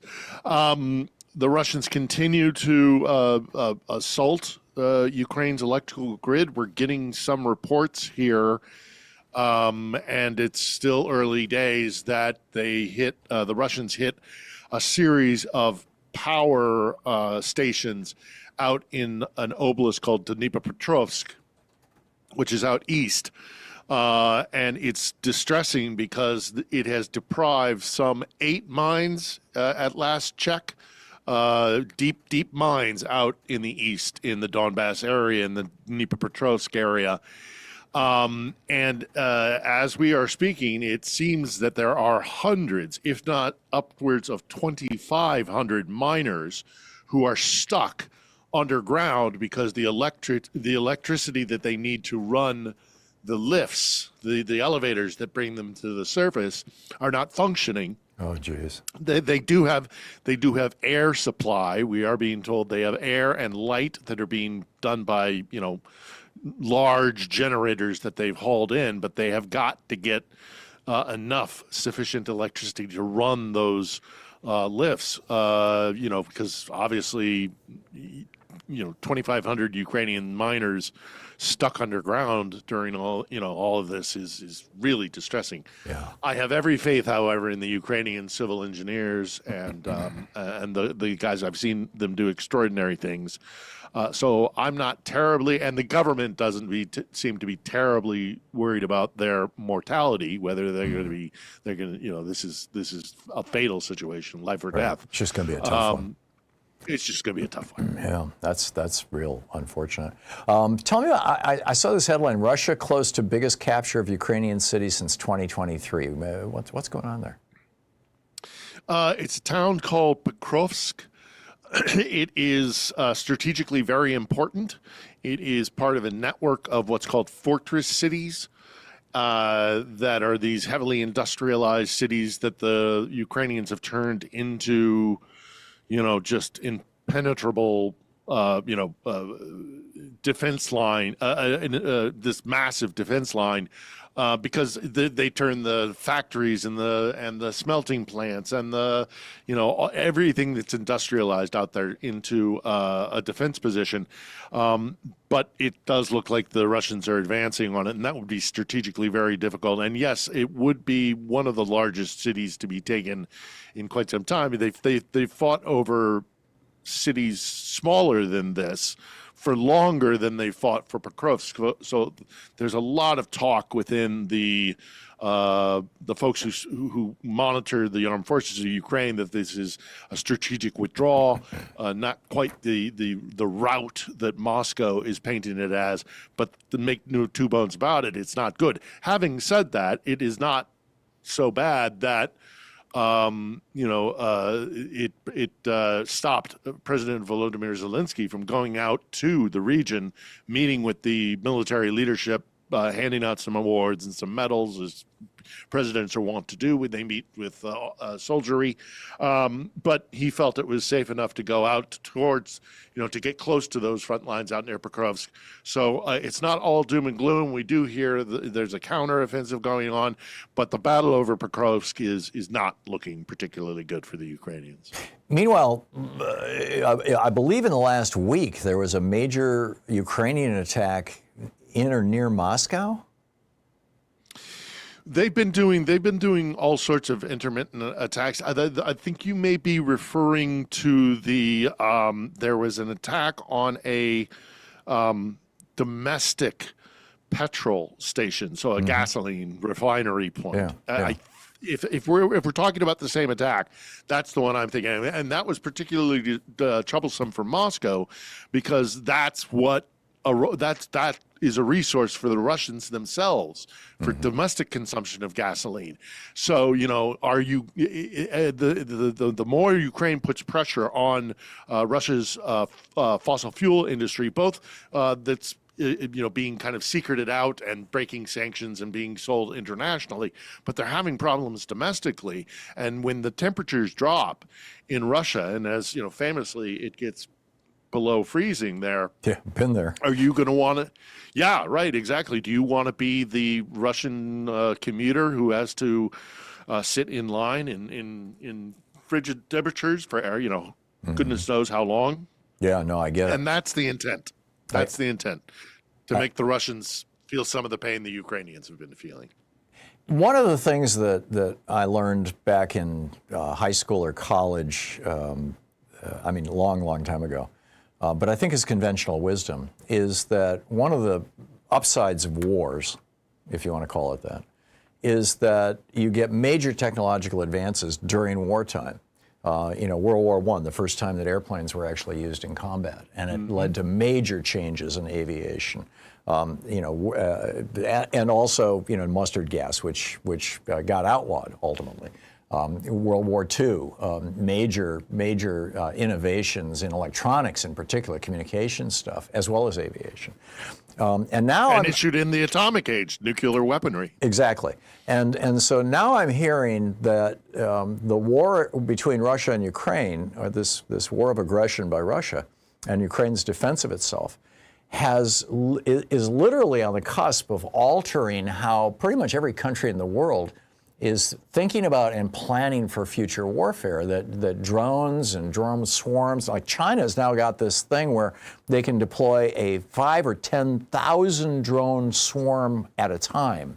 10,000 drones flying through the air, they can just take out, and each one is armed, or each one can be a suicide drone, and they could take out an entire battalion or dozens of them. That the nature of warfare is changing as the result of the strategies that have been employed and the new technologies that have been employed by the Ukrainians against the Russians principally, although the Russians now have this hypersonic glide missile as well. What are your thoughts on that, and how true is all that?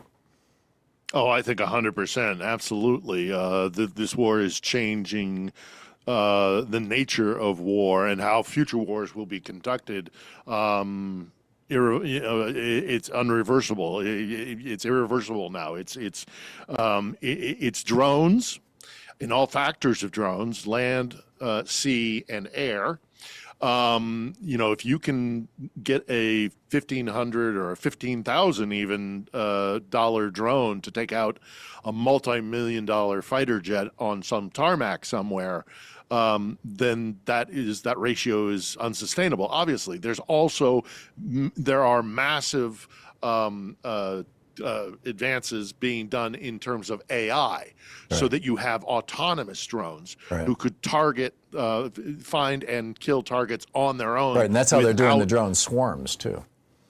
That's right. And as a matter of fact, on the Edge, about 3 weeks ago, we spoke to a young entrepreneur who is developing this stuff and is now starting to export it, because the drone war here in Ukraine has now moved so far beyond what they were producing, say, even a year ago, that those drones are now obsolete. So they're exporting them and selling them to others. Yeah. So Phil, we're up against a time break here. We're going to hit the break in just a minute. But the other thing that I read, and this was in one of the defense publications that I subscribed to, was that the United States has been largely ignoring this, both in the last couple of years of the Biden administration and during the Trump administration, because the Department of Defense has been largely captured, and certainly the House and Senate have been captured by a handful of large defense companies that really make their money building tanks and submarines and rocket ships and stuff like that. And they don't want to get into this whole drone business. It's a whole new thing for them. And they're worried about competition from smaller companies. Is that true? I think absolutely the United States is lagging behind significantly. There's an apocryphal story, I'll make it very quick, of a commander of a whole section of drones within the Ukrainian military, and he was visiting a U.S. base, an air base, and the commanding officer at the air base said to the Ukrainian, "What do you think about our defenses, given what you guys are going through?" And the drone commander said to the U.S. commander, "If you get me a battalion of my men within 12 kilometers of this highly secure U.S. airfield, there is nothing you could do to stop us from destroying it." Wow. We will overwhelm your defenses. You guys got to catch up. You got to realize it's no longer big ticket items. And the Chinese are on this like there's no tomorrow. And apparently the Russians have figured this out too. They're building drones like crazy now. In fact, they're using them to individually hunt Ukrainians. Do I have that right? They'll literally a drone will chase you down the street and shoot you.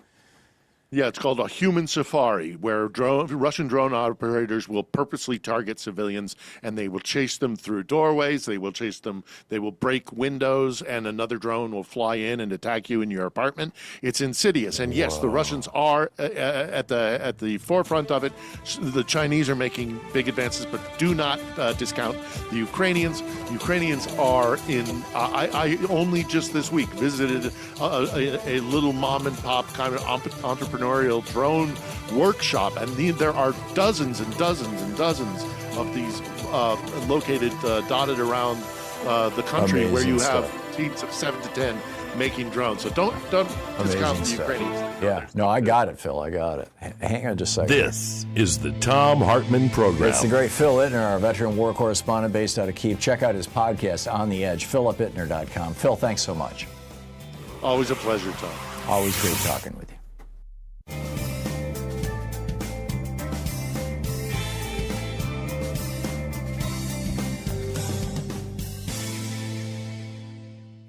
And welcome back.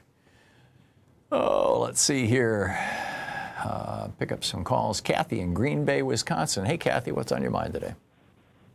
Morning, Tom. Two things. Did I understand you to say that John Thune could change the rules of the filibuster and thus pass a continuing resolution? He could, yeah. It requires 51 votes, which would be 50 senators and J.D. Vance, or 51 senators if J.D. Vance didn't want to vote. And he's got 53 Republicans. But Thune doesn't have the votes on the Republican side. That's correct. In fact, I can give you the names of the Republicans who are openly opposed I know to the names. I don't need to. Yeah, okay. But that's why I'm saying you need to call Democrats and tell them to support it. Why would Democrats support something that would just be caving to the Democrats? No, I'm not talking about supporting ending the government shutdown or passing the CR. I'm talking about ending the filibuster. And Democrats should support that because the filibuster is toxic. The filibuster has allowed Republicans to hide the horror of the awfulness of their legislation for years, and it's prevented Democrats from getting good stuff done. And I think there's a very good chance that even the Senate is going to flip next year, although that's still doesn't give us the power to pass legislation without the White House. But I really think that we need to be looking toward 2028. Yeah. Well, the other thing I wanted to tell you is that, and I can't remember where you said the next election was it Tennessee? Yeah. Tennessee 7th District. Yeah, that's not going to change the discharge petition, because no matter what, that only requires 218 votes. It requires a majority of the members of the House. And right Which now, is the House...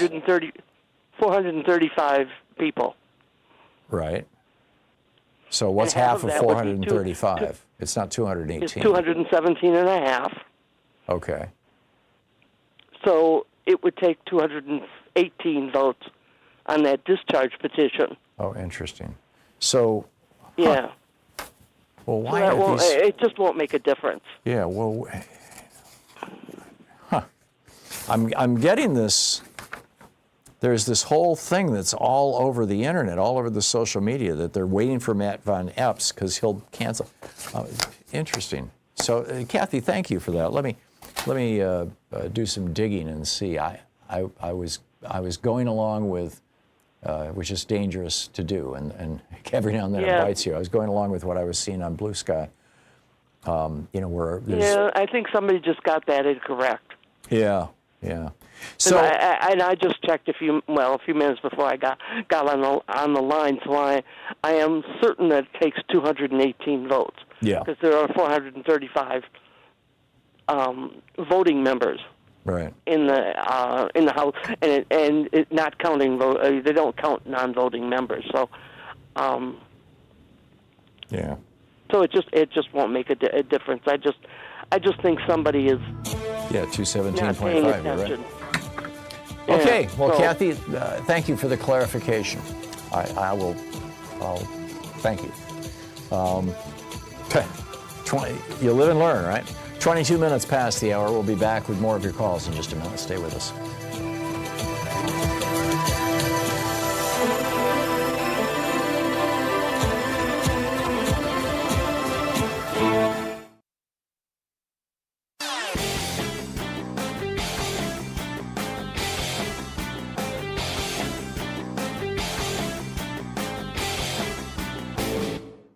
Missed my opening rant today? It's usually published over at HartmannReport.com, where you can read it and share it with your friends for free. Check it out, HartmannReport.com.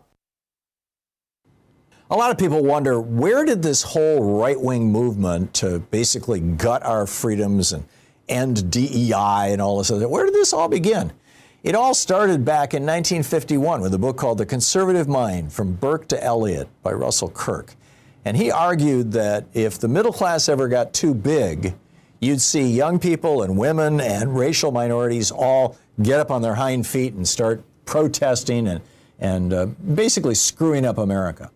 And in the 50s, even Republicans thought he was nuts. But then the 60s happened and all those protests, and suddenly Republicans thought, yeah, he's right. We've got to destroy the middle class, or at least cut it back.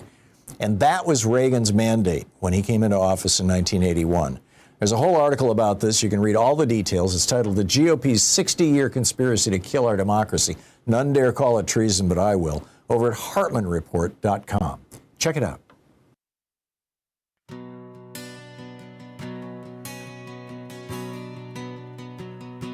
Shadows fall on the marble floor. He's pacing like a man who's lost the war. Empty halls where the whispers crawl. Power's not enough when the crowds won't call. The papers burn, the gavel cracks. He's plotting in the silence, watching his back. Truth's a threat and justice stings, so he's pulling every puppet string. When the tyrant slips, the danger grows. That's the moment when the fire shows. He'll light a match, he'll raise the smoke. Blame the broken while the country chokes. Don't look away, don't let it slide. Empires fall when good men hide. History screams from blood-stained lips. We all pay the price when the tyrant slips. Welcome back. So I got to tell you this story. I published this over at wisdomschool.com. It's titled What Jagger, My Cat, Taught Me About the Nature of Consciousness. And Louise and I have this cat, Jagger, who's kind of a scaredy cat. He'll let you pet him occasionally, but mostly he just likes to run around and play with the other cats. And he's the least social of our cats. And the other day I was sitting on the couch, and Jagger jumped up and was sitting next to me. And I looked at him and I went, meow. And he snapped his head and just stared right at me. And I held his stare, and he held my stare. And we stared at each other, and my eyes started watering. I mean, it was like a long 2 minutes maybe. And I was slowing down my breath, and he was slowing down his breath. And then I remembered that if you blink slow for cats, that means I'm not aggressive. So I blinked really slowly, and he blinked really slowly back at me. And then I said, Louise, you got to look at this. And as soon as I did that, it kind of broke the spell, and Jagger jumped off the couch and ran away. But this was this long, long thing. And it really struck me. I'm communicating with another being. It's like we're both part of the same field of consciousness, which is what I call God, the universe, everything. And here's like me and this cat. And I've never experienced that before with a pet. I mean, I interact with my pets all the time. We've got 2 dogs and a couple of cats, but they follow us around and they play with us and they sleep. But this was something unique. This was like a one-on-one connection with another living consciousness that was just so profound, so shocking, actually. I haven't been able to replicate it. I mean, this has just happened a week and a half ago. He hasn't done it again. Have you had an experience like that? I mean, this blew my mind. I'll pick up your calls after the break. You're listening to the Thom Hartmann Program. Call 202-808-9925. 27 minutes past the hour. Has your cat ever taught you something, or your dog, or your pet frog, or whatever, taught you something about consciousness?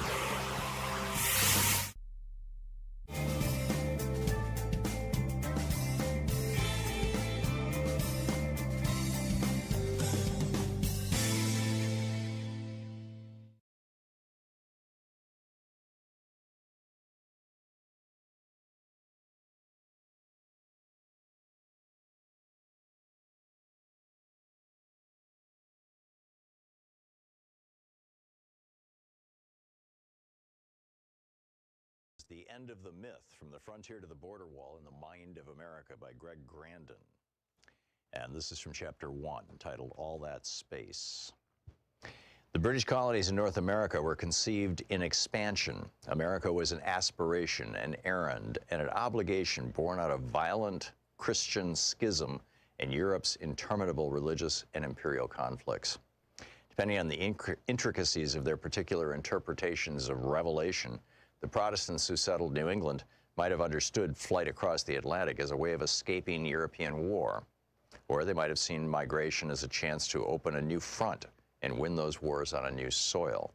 Here in the 1600s, in the eschatological nebula of the New World, was the first paradoxical image of America as simultaneously pristine and despoiled, empty and at the same time filled with primitives begging for deliverance. Subordinated to Catholic Spain, which had conquered its part of the Americas a century earlier and stood as the great obstacle to Reformation England's rise as a world power. All yell and cry with one voice, Libertia, Libertia, Richard Hakluyt, a clergyman and court minister, wrote in the late 1500s, hoping to convince investors and his queen to establish an American colony. As Puritan society frayed under the harsh conditions of settler life, the frontier threatened and beckoned. The dark woods were filled with witches, and they were witchy, inviting hither. The forest was the place where the community could be redeemed and given new purpose, a chance to once again start anew, or it could be a place of more sorrows, wilderness sorrows, as 2 early Puritan patriarchs described the hardships that awaited those who ventured into uncharted territory, where whatever solidarity existed would be smashed into atoms as settlers scattered to escape the rule of the clergy. People are ready to run wild into the woods again and to be as heathenish as ever, warned Increase Mather. Expansions could be, often in the same sermon, held up as the cause of and the solution to the difficulties of establishing Christian communities. Either way, Native Americans had to get out of the way. They could die.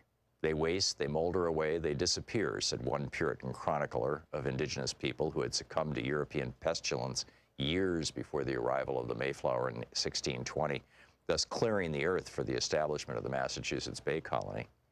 God made way for his people by removing the heathen and planting them in the ground, said another observer. They could be murdered. The holy terror unleashed by the Puritans was, according to the historian Bernard Bailyn, driven by fears of what could happen to civilized people in an unimaginable wilderness and fears of racial conflicts in which God's children were fated to struggle with pitiless agents of Satan, pagan antichrists swarming in the world around them. Survivors could be enslaved.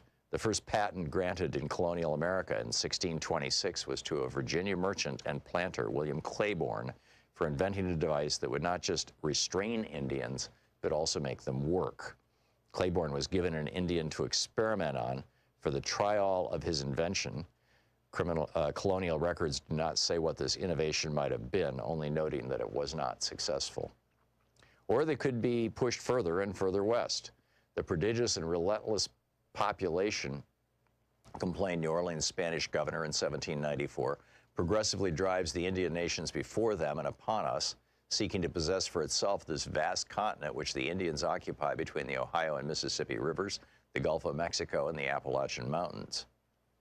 More than a century and a half later, writing in the early 1950s, the Mexican author and diplomat Octavio Paz made much the same point.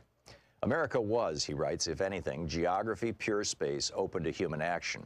Since it lacked historical substance, ancient social classes, established institutions, religions, and hereditary laws, reality presented no obstacles other than natural ones.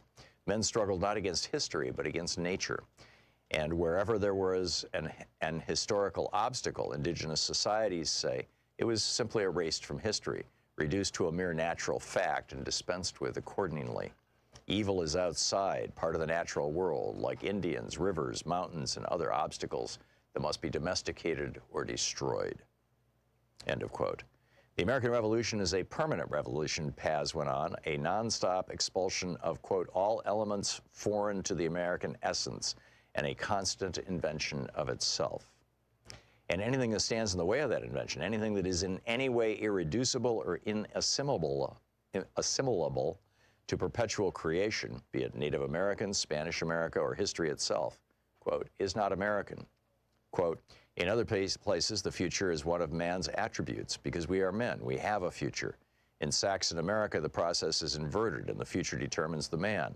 We are men because we are the future, and everything that has no future is not a man. End of quote. The United States, Paz said, offers no room for contradictions, ambiguity, or conflict. The nation flies forward swiftly, as if weightless across the land.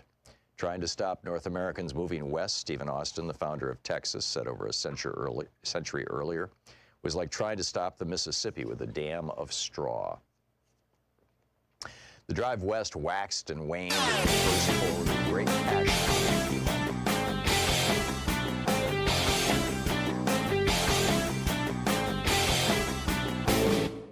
Share the Thom Hartmann program with your friends. Our podcast, The Hartmann Report, is absolutely free and available wherever fine podcasts are available. And the entire 3-hour podcast is available over at thomhartmann.com.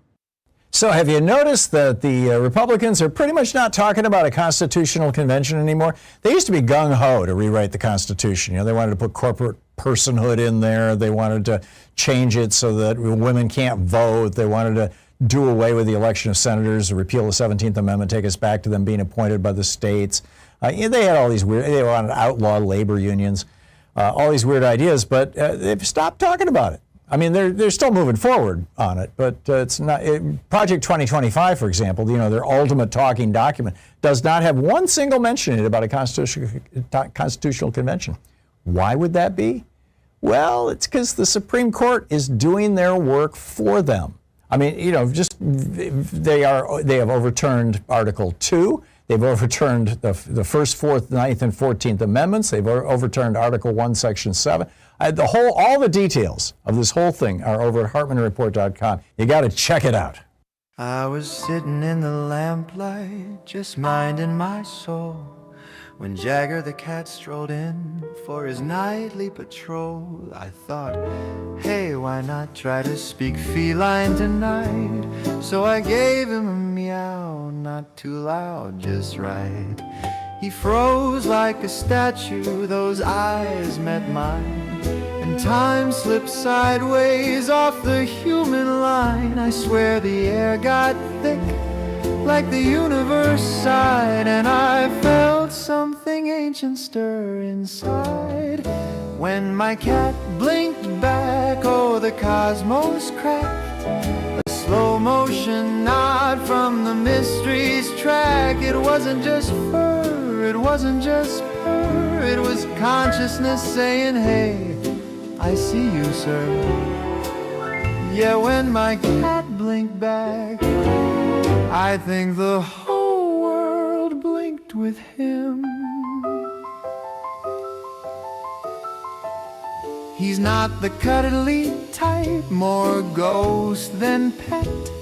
A noble wild spirit with no regrets. But that night we met halfway through the veil, trading glances like ships that forgot to sail. And for one sweet breath, I wasn't me, just a pulse in a grand biology. Again, slow, wise, exact, and I knew I'd never quite come back. Maybe Bastard smiled from a golden frame, maybe quantum fields whispered my name. But try that trick again, he just yawns and walks away. Guess enlightenment's not an everyday cafe. When my cat blinked back, I swear he knew that we're stardust souls with different views. He didn't purr or leap or nid. He just said, buddy, that's all you need. Yeah, when my cat blinked back, for a second the universe smiled.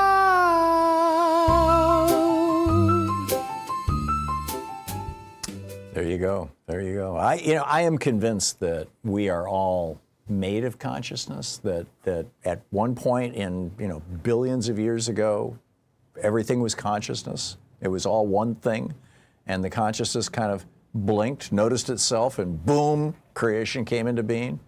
Einstein said that physical matter is only energy slowed down, but what about the energy? Energy is made up of finer and finer and finer bits of energy, as it were, or frequencies of energy. And I think if you could get to the finest stuff, the most subtle stuff, the stuff that everything is made of, you discover that it's all consciousness. And I think that's what I met when I had this conversation with my cat. So, for what it's worth. Connie in Santa Fe, New Mexico. Hey, Connie, what's on your mind today? Hey, perfect segue. When I lived in Portland a few years ago, I'm in Santa Fe now. I went to the convention center, and it was an all-breed cat show with very fancy cats. But there was a group there called Cat Adoption Team, which still exists south of Portland, and they had cats up for adoption. So the cat adoption woman was holding a pure black cat, looked like maybe some sort of a Siamese mix, but all black with gold eyes, up on her shoulder. And I was looking to adopt, and I was maybe 3-4 feet from the cat and the woman, and we locked eyes. His name was Ivy, for Inky Black, the name I gave him, and he blinked a couple of times, and I knew about the blinking thing, so I blinked back, and I said, "You're the one I want." And he blinked again. And I said, I'll come down on Monday and pick you up at the shelter. Went down and got him, had him for 17 years, and experienced that some more times. And the night he died here in Santa Fe, I'd come home from work, from teaching, and he was, I knew he was on his way out, age 17, and he was lying on the bed, and I looked at him, and he blinked again, and I said, "I can help you." I got him in the car and took him to the vet and said goodbye. So I know, he was incredibly smart, and that has not happened to many other cats I've owned, just with Ivy. Yeah, we've always had cats, and I've never, I've had cats since I was a kid, and and dogs. And I just have never experienced anything like it. It's just remarkable. Yeah. It's Connie, very thank cool, you. And it's very different than a connection with a human. So It is. You know, although I've been through workshops, you know, where you sit and stare at another person and try to match their breathing and stuff like that, you know, and each one stares into the left eye of the other person or the right eye or whatever. And you can get to some pretty amazing places, some kind of psychedelic places doing that. But it's more mind tricks than this kind of, you know, species to species communication. It was remarkable. Connie, thank you. Thanks for sharing your story. Appreciate it. Okay, sure. Good talking to you. Bye. Thank you. John in Vancouver, Washington. Hey, John, what's on your mind today? Well, not much. Just getting ready to drive by the studio here on I-5. But we had a caller earlier that was saying that we shouldn't end the filibuster because America doesn't have a memory. And I would say that exactly the opposite is true, because I would be willing to lay odds 70% of Americans couldn't even tell you what was in the New Deal, let alone who passed it, let alone all the legislation that Democrats keep getting through the House that Mitch McConnell killed, that never makes the news. What we do makes headlines. So if we got rid of the filibuster, even members of our own party would see that we're actually doing something. Yep. So many call in and say, well, Democrats never get anything done. Yeah, we either believe in democracy or we don't, John. Exactly. And the filibuster's been weaponized, and that's what's kept us out of power, because we aren't getting anything done. Everything's just been kind of, not much has really happened since Reagan, really, other than tax cuts and the ACA. But on a second point, you were saying the other day that you had sent PayPal one of your friends that was on SNAP some money. I have a roommate that's on disability, and I reduced her rent the amount of her food stamps. And if people can reach out, you were saying thrift store, I'm saying food banks. Fill the food banks up, folks. If you got some extra money, donate to the local food banks, and let's take care of folks. And I'll just end my call there, and thanks for everything you do. You have a great day. Yeah, thank you, John. Yeah, the food banks are a real crisis point right now. Yeah, absolutely. Thank you so much for that. Paul in Ambler, Pennsylvania. Hey, Paul, what's on your mind today? Tom, far out, man. I didn't know this was the harmonic convergence. Yeah, there you go. Tom, that was my psychedelic moment. I haven't had a moment like that since back when I was a teenager and I was experimenting with psychedelics. So. I was going to say, isn't weed legal in your state? It shows. It is, yeah. But I was not stoned. I was just having a time with my cat. It was just amazing. I believe you, Tom. I believe you. All right. At any rate, after Action Political Report from Pennsylvania, start with the big picture from Tuesday's elections results. Absolutely stunning. There's 13 million people in Pennsylvania. 7.4 million live in 10 counties. There's 67 counties. When you see a map and it's like all red, it's like, oh, Pennsylvania's a red state or it's a purple, whatever. Nobody lives between between Pittsburgh and Philadelphia. You have counties with 4,000 or 5,000 people in it that are like 800 square miles. Yep. It's ridiculous. There's not enough. They have to jam 8 or 9 or 10 counties together to come up with one congressional district. So that's why the map looks real red. The Philadelphia area has they call collar counties, and there's 4 of them that immediately touch Philadelphia. Then there's another 4. Those 9 counties alone are almost all of that 7.4 million. More than half, almost 1 million people, more than half the state are in those 10 counties. And there's plenty of other Democrats, especially around Scranton. What happened in Bucks County? These are big counties. Over 600,000 people there. They have the Republican congressman, complete wipeout of the Republican Party on the county level. The institutional control is important there. Why? Because, number one, the county sheriff was contracting with ICE. The new guy coming in is like, no, that's not happening. Number 2, the district attorney, gone, now Democrat. The people that run these counties, they're like a commission or something like that. They're the equivalent to a big city mayor. Bucks County has twice as many people as Pittsburgh. The Register of Wills, the guy who controls the elections, people who inspect the voting machines, these are all under Democratic control. No one's going to fool around with this stuff. No one's going to do all the crap that you point out. When you get a provisional ballot around here, it's counted. And I know it for a fact because I've been a committeeman. I've been registered to be a poll watcher, and I sit there when they open them up and they count them and they turn them in. The judge of elections. Yeah. So it was more of a blowout than we realized in Pennsylvania. In other words, Paul. All these counties have completely turned out all the Republicans. Amazing. Massive wipeout. Yeah. I think next year is going to be even worse, and it's going to be real interesting to see how frantic Trump tries to prevent it from happening. Paul, thank you.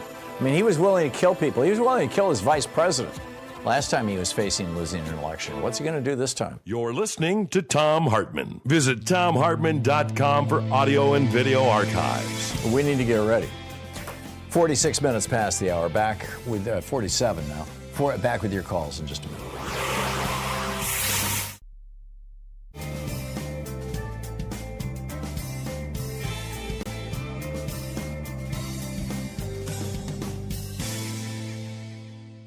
And welcome back. Alyssa in Seattle. You're on the air. What's up? Hi. Can you hear me? Just fine. Okay. I just wanted to call and bring up a point about, lately with Mondani and AOC obviously being such a big part of the news right now, you hear a lot of people talking about them as communists and calling them communists. And I think that, they refer to themselves as democratic socialists, and I think that we maybe need to think about changing up the way we discuss that, because I think whenever you even say socialist, you turn a lot of people that are less educated about different types of political ideologies off. Obviously, communism back in the day was almost like a swear word. You couldn't even discuss that openly in the United States. You could go to jail for it. You could lose your job for it. You could be investigated by the FBI if you declared membership in the Communist Party. Yeah, for sure. Yeah, and I don't know if Trump is using that word now. Right. I think to get people riled up, especially older people. Yeah. Right. Yeah. And even my generation, I'm Gen X, so that was still pretty much the way it was when I was, coming up. Still remember the Soviet Union. Yeah. Well, my mom actually grew up in the Soviet Union. Whoa. So you know. Yeah. Yeah. I do. And I got kind of a different perspective because of that. So it was kind of interesting because she always actually talked about it in a really positive light. Because she was a kid, and she saw it from a different. She was in Poland actually, but I don't know if you saw the Nazi Town USA special they did on PBS, but they talk about. It's very interesting. I highly recommend it. But they talk about the United States prior to World War II and how the fascist party was becoming so huge. And it was becoming kind of common for people, white people, to just be I'm a fascist, and I have a Nazi flag on your front doorstep. Yeah, it was a thing in the late 30s, absolutely.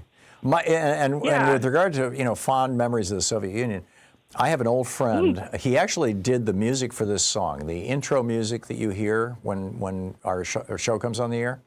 It was written and produced, and every instrument played by a guy named Jens Mueller. He goes by the letter J. He was a minor pop star in Europe back when we started this show back around 2000, and I'd known him for years.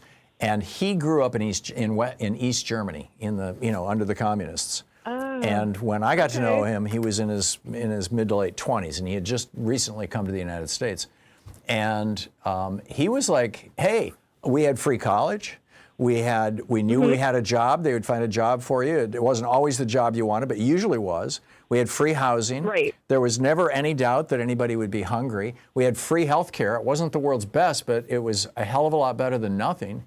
And he, you know, to this day, he's like, it wasn't that bad. You just didn't have any free speech. That was the main thing. You know? Right.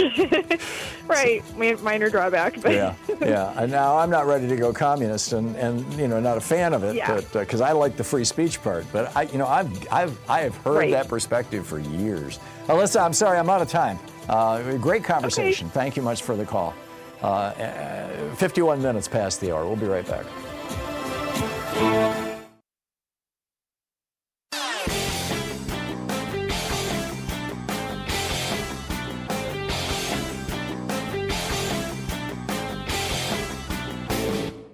Hey, thanks so much for sharing our program and for reaching out to our stations and sponsors and letting them know that you're listening. It really means a lot to us.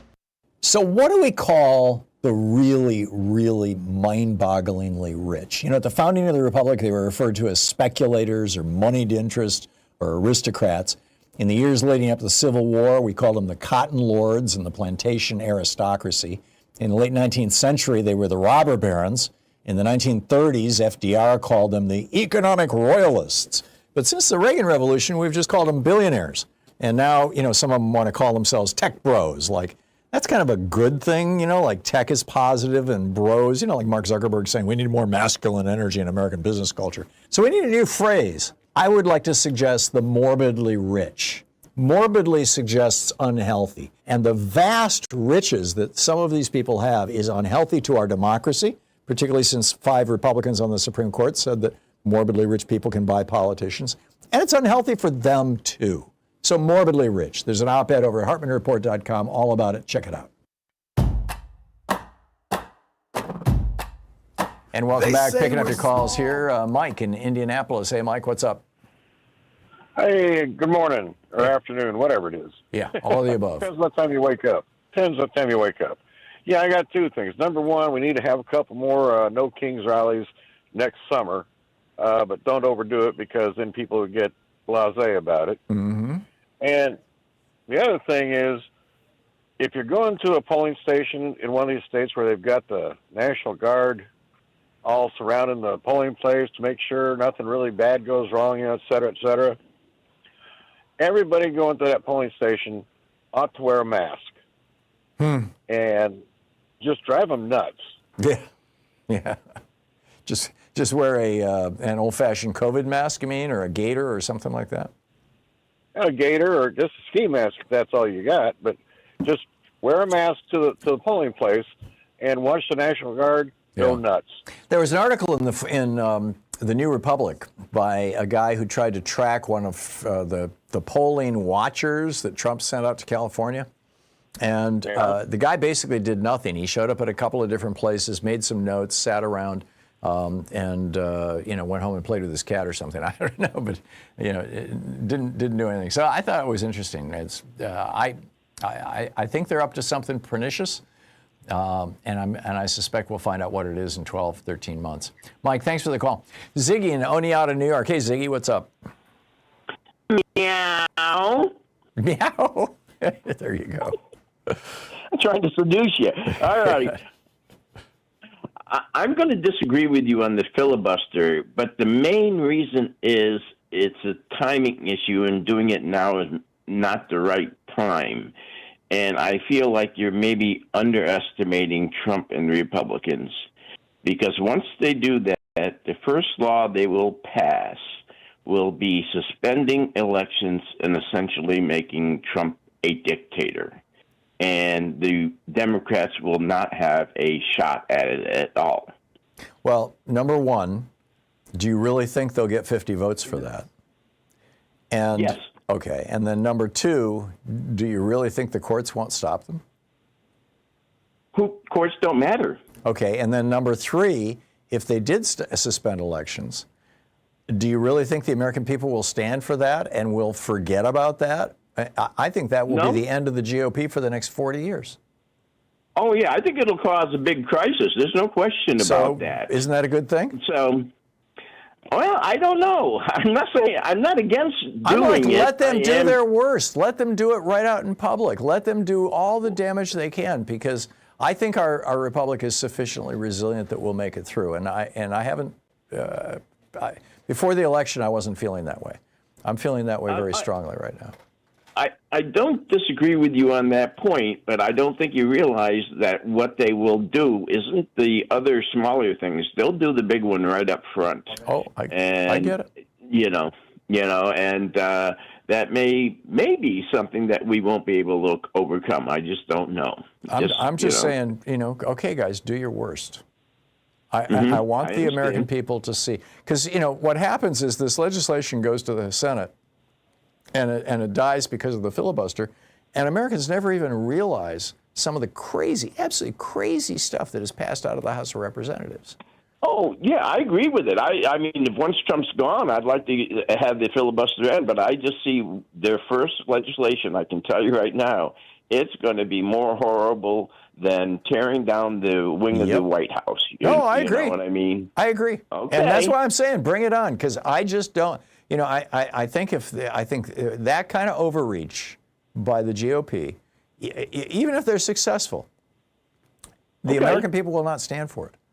And I was concerned that you didn't see it as far as that being. Oh no, I'm possible. fully aware of what these guys are capable of. I just think that we're stronger than they are. I really do. I think that this is a rump minority. It's about a third of the country, and I don't think that they can pull this off over the long term. And if they really start reaching hard, I think it's going to bite them badly. That's my opinion. But Ziggy, I get it. Okay. And thanks a lot for the call. Good talking. Yeah. Oh, and with regard to the time, I think this might be our only chance, by the way, because I don't think Trump is going to be in favor of it later. That's why I'm willing to do it now. You're listening to Thom Hartmann.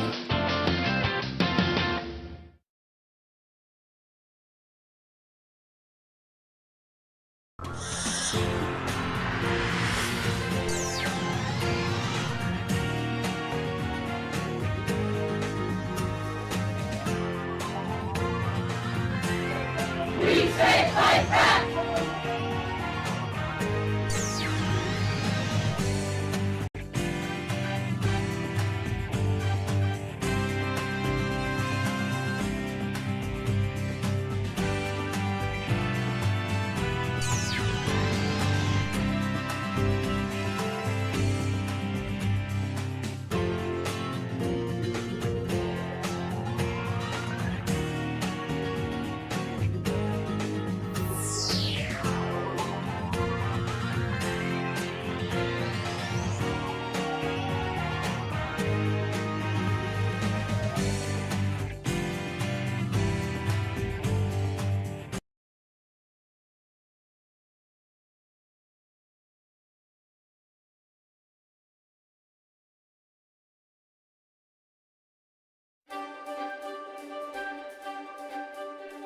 For the Thom Hartmann University Book Club today, we're reading Locked Down, Locked Out, Why Prison Doesn't Work and How We Can Do Better by Maya Chenwar, who is, or was, I believe she still is, the publisher, or the editor, rather, over at truthout.org.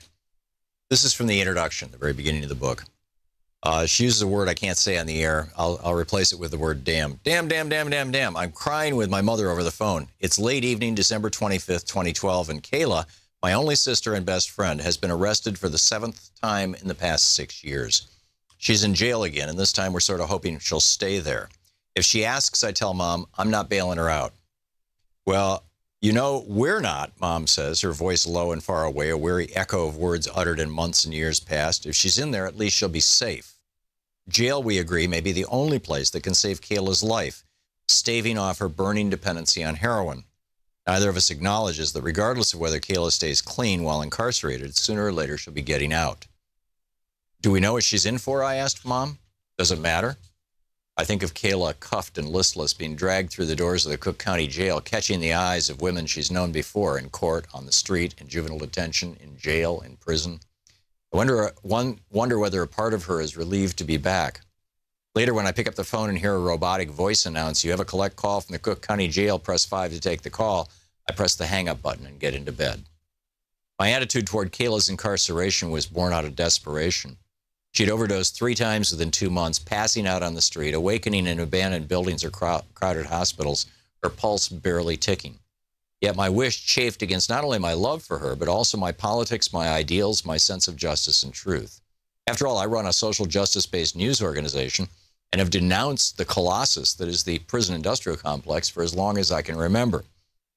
For nearly a decade, I've corresponded with a number of people in prison as both interviewees and pen pals, and I've learned much from them about the violence and hopelessness of our system. My understandings of the power structures that create prisons have been guided by the work of people like activist and scholar Angela Davis, a staunch prison abolitionist.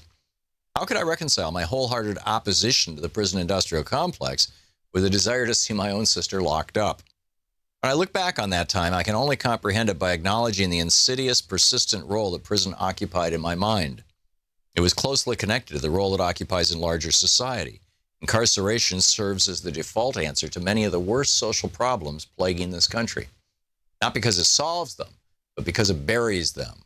By isolating and disappearing millions of Americans, more than 2.3 million right now, making us the most incarcerated country on the planet, prison conveniently disappears deeply rooted issues that society, or rather those with power in society, would rather not attend to. Prison, writes Angela Davis, performs a feat of magic.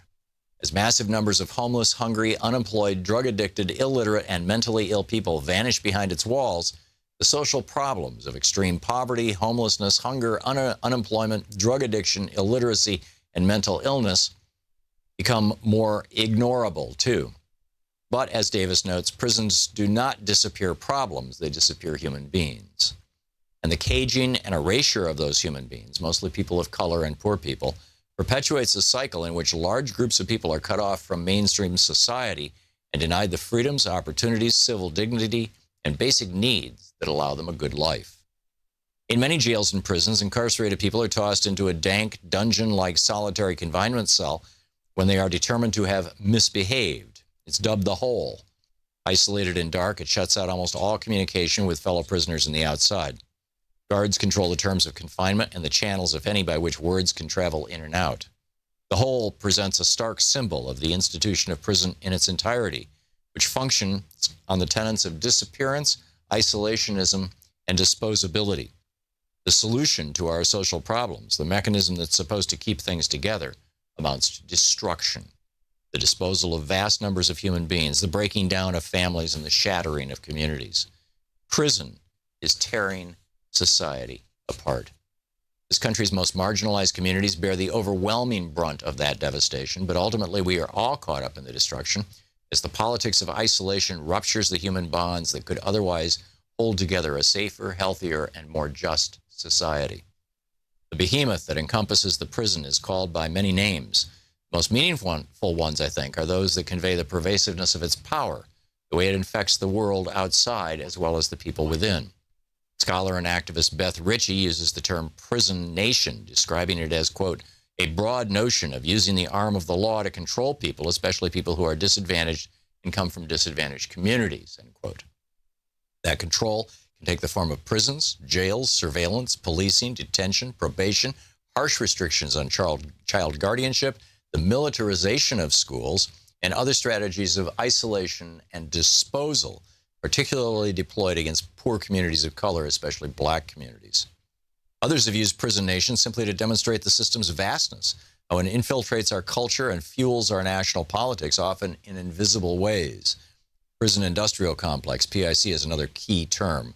Rachel Herzing of the prison abolitionist group Critical Resistance defines it. And then she goes on through this. It's an extraordinary book, Locked Down, Locked Out by Maya Shen.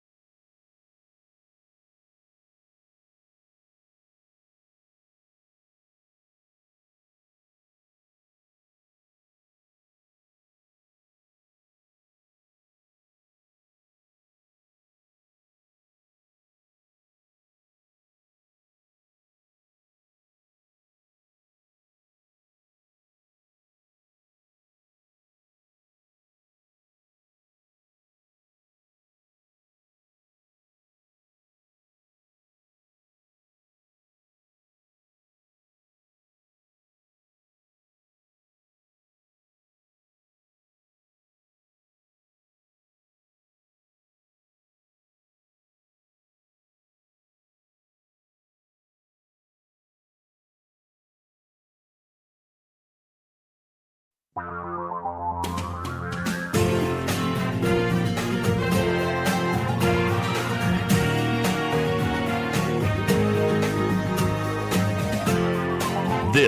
is the Thom Hartmann Program. Hey, welcome to the third hour of our program. On the line with us is my old buddy, Danny Goldberg. He's the author of 6 books. He's currently the president of Gold Village Entertainment. Clients including Nirvana, Sonic Youth, Bonnie Raitt, etc. He's also he's been on the boards of public. He's on the board of Public Citizen, New Jewish Narrative, Brave New Films, chair of the ACLU Foundation in Southern California during the Rodney King era, and he's written a book about that called Liberals with Attitude. The subtitle is The Rodney King Beating and the Fight for the Soul of Los Angeles, and it's absolutely fascinating. Danny, welcome back to the program. It's been a long time since we've talked, and it's great to have you with us. Oh, thanks so much, Tom, for having me on. It's you've been at the intersection or right in the middle of so many important moments in American history. Tell us about the book. What prompted you to write this? It's hard to know, except it was a very inspiring thing to me to watch the people that former LA Mayor Tom Bradley assembled finally get something positive accomplished relative to policing and race. And it occurred to me that there are very few progressive or liberal victories. I use the word liberal in the title, even though I'm sure a lot of the people who watch and listen to this don't love the connotations it has, because that's how Bradley saw himself. He was a moderate Democrat. He was for Walter Mondale in 1984 when Maxine Waters was for co-chair of the Jesse Jackson campaign. He was close to the business community, but he was also the first black mayor of Los Angeles.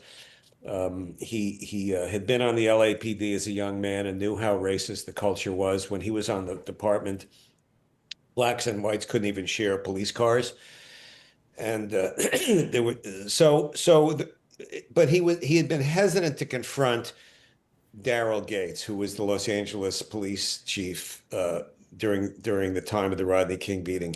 Gates is a Trumpian villain. I hate to throw the word racist around, but it certainly applies to him. He was someone that when 12 out of 15 men killed by police chokeholds in LA were black, and at a time when only 18% of the population of LA was black, was asked if he thought there was any implicit racism, and he told the LA Times reporter no, that he felt that the arteries of black men were different than those of normal people. Wow. Needless to say, that was quite horrifying for many people in the community. But Gates still didn't get fired because he was so powerful based on the structure of the city charter, secret files that he had on a lot of city council people, and the fact that he was a gifted demagogue who was able to exploit the fear of crime. So Bradley saw that after the Rodney King beating and the videotape, which was seen by 80% of Americans and 90% of those in LA, it was the first videotape of that kind of police violence because camcorders had just been introduced to the market in 1991. There were no cell phones. And he realized that videotape could give him a chance to finally confront the police chief and make some changes. And as you mentioned, I was chair of the ACLU Foundation in LA. My mentor in that regard had been Stanley Scheinbaum, who had previously been chair, one of the great progressive philanthropists. He had hosted the first Bernie Sanders fundraiser outside of Burlington when Bernie first ran for mayor of Burlington. And he appointed Bradley appointed Stanley to be president of what's called the Police Commission. He worked at the same time with the centrists like Warren Christopher, who would become Secretary of State the following year in the Clinton administration, and fashioned a left-center coalition to finally achieve some change. And after 16 months, they passed the ballot initiative changing the LA City Charter and getting rid of Gates. So I thought it was a way of shining a light on people that to me were heroic and largely forgotten by history, remembering an important time in my own life, and to give an example of how progressives and centrists can work together to overcome entrenched reactionary white racism, which unfortunately is still a relevant issue in the country, as you well know. Yeah, it's basically the operating system for the GOP right now, tragically. Yeah. I'm curious what not just what lessons we learned from that era and from the Rodney King and the blowback against it and all the stuff with Daryl Gates, but also what changes were actually put into place. You mentioned, changing the city charter. Well, but the changes. Wasn't a lot of this nationalized? Well, L.A. had a unique system because in the 1930s, when there had been some corruption in L.A. City Hall, the charter was changed to make the L.A. Police Department virtually autonomous. The mayor couldn't fire the chief, and being LAPD chief was essentially a job for life. It was the legal obstacles to getting rid of a chief had made it so that no chief ever was fired, and that city charter was amended. So even though there's still plenty of problems in Los Angeles involving law enforcement, at least now that department has accountability to the rest of city government the way departments do the rest of the country. LA was much worse in terms of racial violence and police violence than any other American city. It's counterintuitive because we think of LA as being so liberal, but it wasn't so liberal if you lived in primarily Black or Latino neighborhoods. Oh, yeah. The other major change was finally getting rid of a horrible racist demagogue as a leader. And they did force him into retirement. It took 16 months. It took tremendous amount of focus and concentration and ingenuity. But those were two tangible changes. They're reforms, they're not radical revolutionary acts, but it did make things better. And better than not better. You just read Raymond Chandler's novels, that were set in Los Angeles in the 20s and 30s, and you get how racist the city was. Well, I read all of Walter Mosley's E.Z. Rawlins novel. Right. Well, there are 15 of them. Yeah. And he talked a lot explicitly about Daryl Gates, about the LAPD under that racist regime.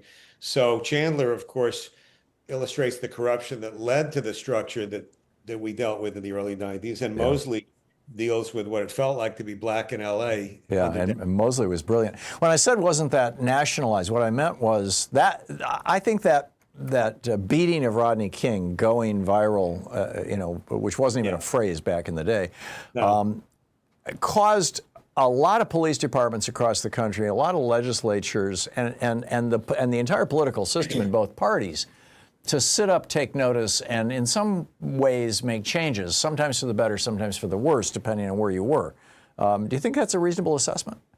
I didn't research what happened in the rest of the country. You undoubtedly know more about it than I. Well, I'm just guessing here. I'm just based on having lived through it. In terms of public opinion and the consciousness of white people who didn't know that there was that kind of violence. We have to remember Rodney King was unarmed. He was speeding and had had too much to drink and should have been pulled over.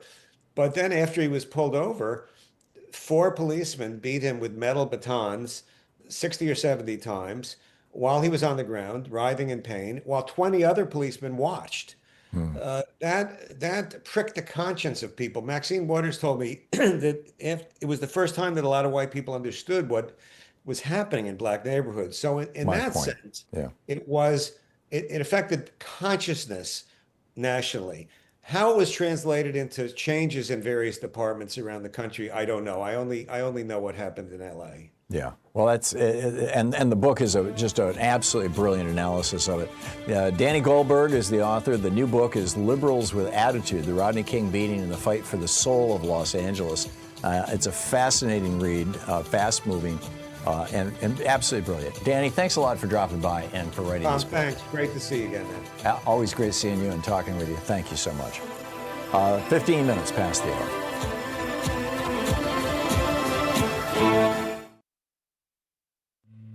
This is the Thom Hartmann Program.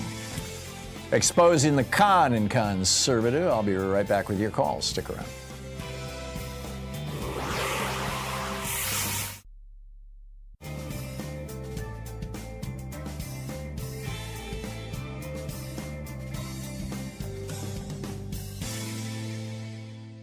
And welcome back. Pat in Lake Elsinore, California. Hey, Pat, what's up? Well, hi, Tom. How are you? Long-time listener, second-time caller. Well, thank you. What's up? I have to agree with Ziggy. He stole my thunder, but Didn't Trump say that the Democrats will never control anything again? He did. That doesn't mean it's true. Well, if we stop the filibuster, what's going to stop them? What is going to stop them? I think public opinion. I think the coming elections. I think that you've got a lot of. There won't be an election. Let's be real. There won't be an election with him. Yeah. They don't play. I'm not willing to buy that, Pat. I'm just not willing to. And if he if he pray tries you're to stop right. the elections, you're going to see a reaction that is going to make the Rodney King era look small. And I agree with you. And a lot of Americans may lose their lives, and it may take generations to recover. I'm just a little younger than you. I don't think we'll see it if that actually happens. I don't think we'll see the recovery if that actually happens. Yeah. Well, I expect to live longer than you do, apparently. I think that within 5 to 10 years at the most, we're going to see this all cleaned up. I'm. If the filibuster is enacted, if it's taken away, I think taking away the filibuster speeds the whole process up. It does away with this shield that the Republicans have been hiding behind for 40 years. And then when the Democrats come into power, knock wood, but I believe that's going to happen. It would give them the ability to actually get stuff done, which is an ability that they have not had for a long time, frankly. And I hear you. I've never disagreed with you, but I think at this time I have to. Okay, well, that's okay. Your disagreement is registered, Pat, respectfully, and thank you for the call. And you take care. Thanks, Bye-bye. you too. Back at you. Jennifer in Portland. Hey, Jennifer, what's on your mind today? Hey, Tom. I wanted to point out that you had an African-American caller who called in and said that he did not participate in the No Kings rally for very good reasons. And I just wanted to say we had 8% of the country out, right? And that's supposed to be the tipping point. But we have to count all of the Spanish-speaking immigrants who didn't come to the rally and all the African Americans who didn't come to the rallies as part of that 8%. I think we're underestimating who actually is really behind this movement because they cannot show up. I had a guy show up yesterday on my front door selling solar panel stuff. And I talked to him about this. He was African American. He says, oh, yeah, hell no, I wasn't going to show up to one of those rallies. The cops would have, who knows what they would have done. Mm-hmm. So let's not discount. That number's higher, is what I'm saying, than I get it. People Yeah. think. I agree with you. Okay. I think, and there were people, who had to work or whatever. I mean, there were people that had reasonable reasons not to show up as well. Right. And generally speaking, with protests, you always assume that there's a much larger cohort behind the people who are willing to get out there and be the tip of the spear. And now we're seeing, Trump and ICE trying to intimidate people, shooting people with pepper balls and things like that. I mean, it's just, It'd be nice to get more of a better percentage. Yeah, it's gotten ugly, and I think it's going to get a lot uglier because nobody is trying to restrain these people. But I do think that the uglier it gets, the greater is going to be the backlash. Jennifer, thank you for the call. I'll be right back.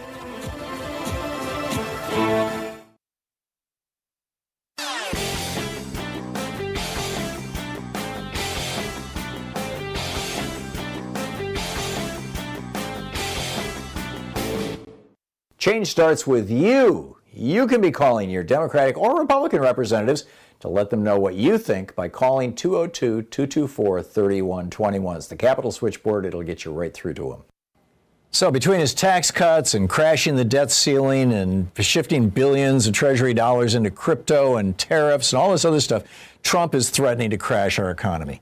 And he doesn't seem to be particularly worried about that. Why would that be? Well, first off, economic disasters are great excuses to cut taxes. Both Reagan and George W. Bush used recessions as their excuse to stimulate the economy by cutting trillions from the taxes of billionaires.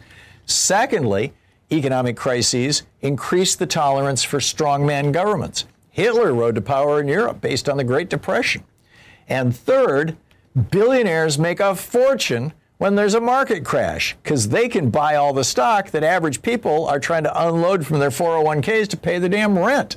There's a whole article about this that lays the whole thing out over at HartmannReport.com. It's titled Crashing the Economy, Trump's Blueprint for Power and Profit. Check it out.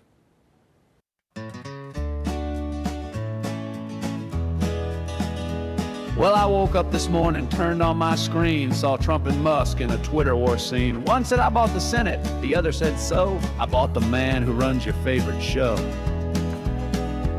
They're punching and posting and flexing their might while the rest of us wonder who shut off the light. Democracy's wheezing in a billionaire fog as Justice Roberts walks his billionaire dog. Who owns America? Is it Bezos, Musk, or Vlad? Who bought the Constitution with a platinum Amex pad? It ain't we the people that ships in distress. It's a yacht club cage match in a democracy mess.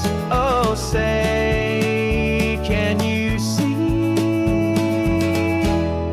We've been repossessed. 21 minutes past the hour. Welcome back. So our beyond obscene alert, beyond cruelty alert today. This is from the Associated Press. Straight up reporting. Los Angeles is the dateline. Federal immigration agents arrested a U.S. citizen and took his car with a child in the back seat and drove off from the scene of a raid in Los Angeles. Now, this was a place where they arrested 5 immigrants who were undocumented. And they arrested this guy who was Hispanic, but an American citizen with his child in the back seat. And this is what they're doing. They're saying, papers, please. If you don't have your papers with you, boom, even if you're an American citizen. They've documented almost 200 American citizens who've been taken into ICE custody, many of them badly, abused, beaten, terrified. Again, back to this is the Associated Press. On a video provided by immigration advocates, masked and armed agents are seen arresting a man by his car in a parking lot while his 1-year-old daughter is strapped into the back seat in the car seat in the back. After the man is led away, agents are seen getting into the front seat of the car and driving off with the girl still inside. The man is a U.S. citizen who was at the scene of a federal immigration raid at a Home Depot store in Los Angeles. This is just nuts. I mean, we've got masked men, armed masked men. The last time America had armed masked men operating under the color of law, operating as law enforcement, was in the 1920s, when in small towns across the South, members of the Klan were deputized, and in many cases actually wore their hoods when they went on raids. Official raids. Here we have the Klan again. I mean, why else would these guys conceal their identities, other than that they're embarrassed or ashamed of what they're doing? I mean, I live in a town that's full of police. Portland has thousands of police. There's people in this town who don't like cops. There's people in this town who are very grateful for the police we have. Sometimes the police behave well, sometimes they behave poorly. But there's not a single cop in this city that feels like they have to hide their identity. They're proud of the work they're doing. And by and large, they're doing a damn good job. These guys, these ICE guys, they are not proud of the work they're doing. They're ashamed of it. They're embarrassed by it. They're humiliated by what they're being asked to do. Or they're loving it, and like the old Klan, they don't want you to know who they are. This is not America. Yes, we had the Klan in the 1870s. We had the Klan in the 1920s. We had them doing, quote, law enforcement. And of course, you had the slave patrols back in the day, but they didn't even feel the need to mask up. But broadly speaking, this is not America. And I think one of the reasons the Democrats won so big in the elections yesterday, or day before yesterday, was that Americans are just over it. I mean, yeah, if there's a drug dealer who's not an American citizen, go arrest him. If there's somebody selling weapons or planning to hurt somebody, or a guy who breaks into houses and burgles, go arrest him.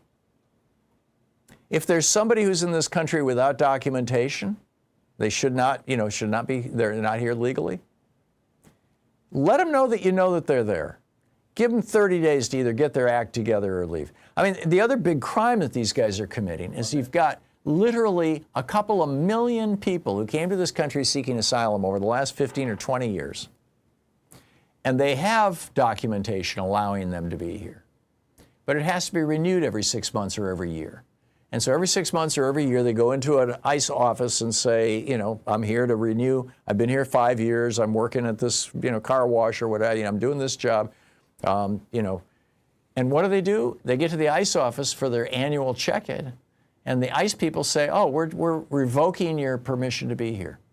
And that guy standing right there, he's going to drag you off, physically drag you off and throw you in a cell where we're going to pay $700 a day for you to be locked up to some big, private prison contractor that sends billions of dollars every year to the Republican Party.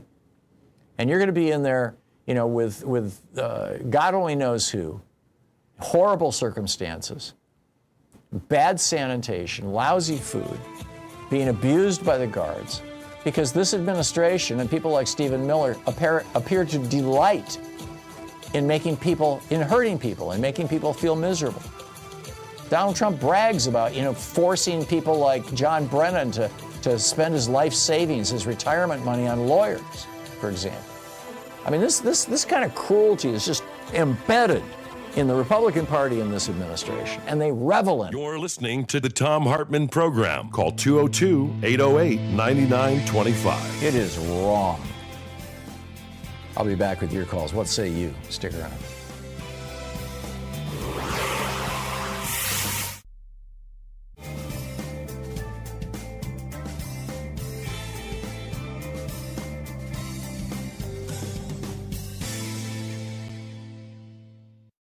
Today in the Thom Hartmann Book Club is Stand Up, Struggle Forward by Sanyika Shakur.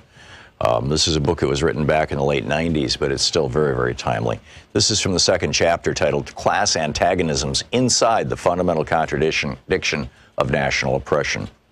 Having just passed the 19th and quickly approaching the 20th anniversary of the L.A. Rebellion, we should be reminded here of what Rodney King whimpered as he stood in front of a bank of microphones surrounded by class enemies and neo-colonial politicians. We should remember how he'd been dressed in that non-threatening cardigan sweater, white shirt, and black tie, how his hair had been tortured into submission by a jerry curl. We should reflect as well upon how timid and spooked he looked, and on how concerned and stern those who flanked him were as well. That was a Kodak moment. It was staged to foster an image of contrition and resignation, submission, a victim. Rodney King had been led to believe, through a bourgeois sense of reasoning, that the rebellion was really about him, that the reason new Africans and Mexicanos took to the streets of South Central was the result of his filmed beating. That, of course, is typical of mechanical bourgeois thinking. What it's not typical of, however, is someone from the hood. And this cuts both ways. No one in the hoods and barrios ever thought it was about Rodney King. We'd all seen the film over and over like everyone else, but that was par for the course. We'd always seen that, long before anybody caught it on tape. Actually, we'd experienced much more than that. Why, it's safe to say that the hoods had gone to war with each other in vicious waves of internal, intra-class combat for much less than that, though because of a general colonial mentality which prevents the challenging of bottom-up oppression, the same hood forces will not, in any systemic way, wage war on the pigs, or for freedom, land, and socialism. Rodney King alone, and of his own accord, would not have thought to hold a press conference to ask the asinine question in the form of a whimpering request, can't we just all get along? The fact of the matter is, we are getting along. New Africans and Mexicanos are getting along just fine.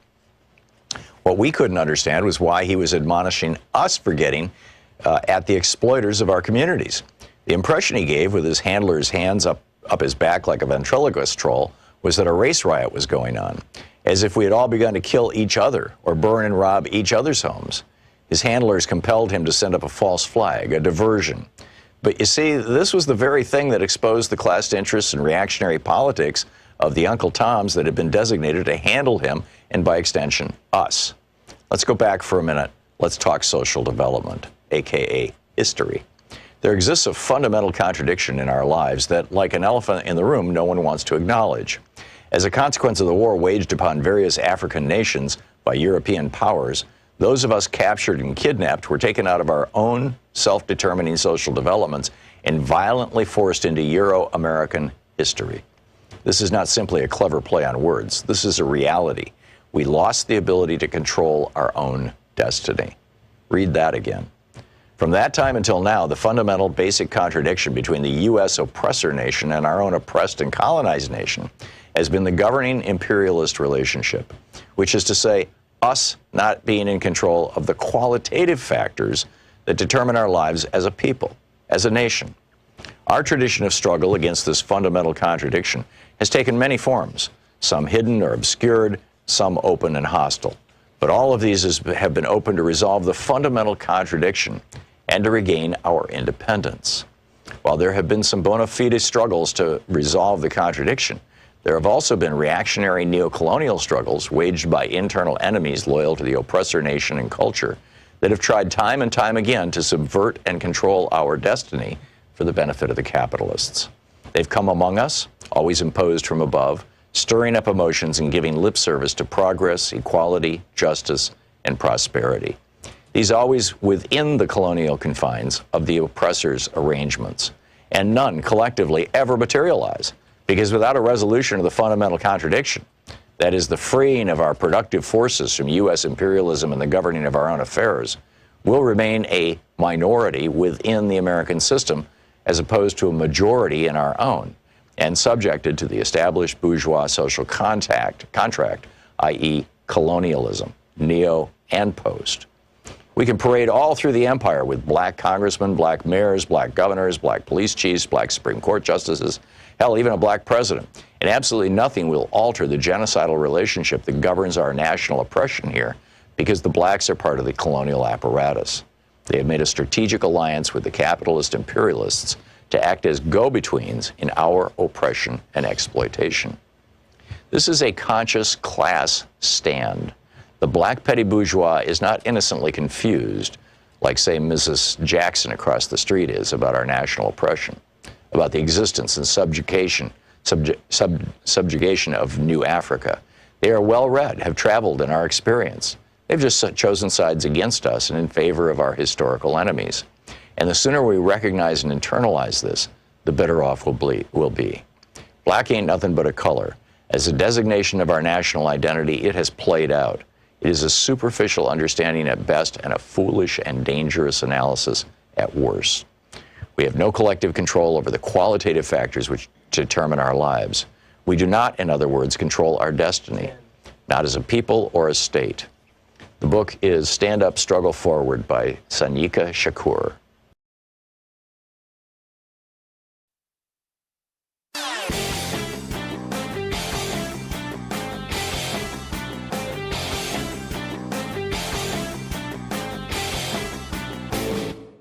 Help support progressive radio. If you're listening to us on a commercial station, call their advertisers and let them know you're listening. If you're listening to us on Pacifica, one of our many nonprofit stations, please support them when they do their fundraising drives. Thanks for supporting progressive talk radio, and tag you're it. They called it blood libel, what the Germans were doing against the Jews, claiming that they were using the blood of Christian children to make their matzah. We've got a new blood libel now here in the United States. J.D. Vance and Donald Trump lying through their teeth, arguing that black Haitian immigrants to the United States, legal immigrants with green cards in this little town in Ohio, are eating pets. This is another libel that goes way back. In the 1890s, people were claiming German and Dutch immigrants were eating pets. Then they claimed in the 1880s, and actually as recently as last year, a restaurant got shut down in California because of claims that they were serving pets. They weren't. But it was an Asian restaurant. This is just evil stuff, these lies and spreading this kind of hate. And this is now the strategy that the Republicans are using. There's a whole article about it at HartmannReport.com, Hate as a Political Weapon. Check it out.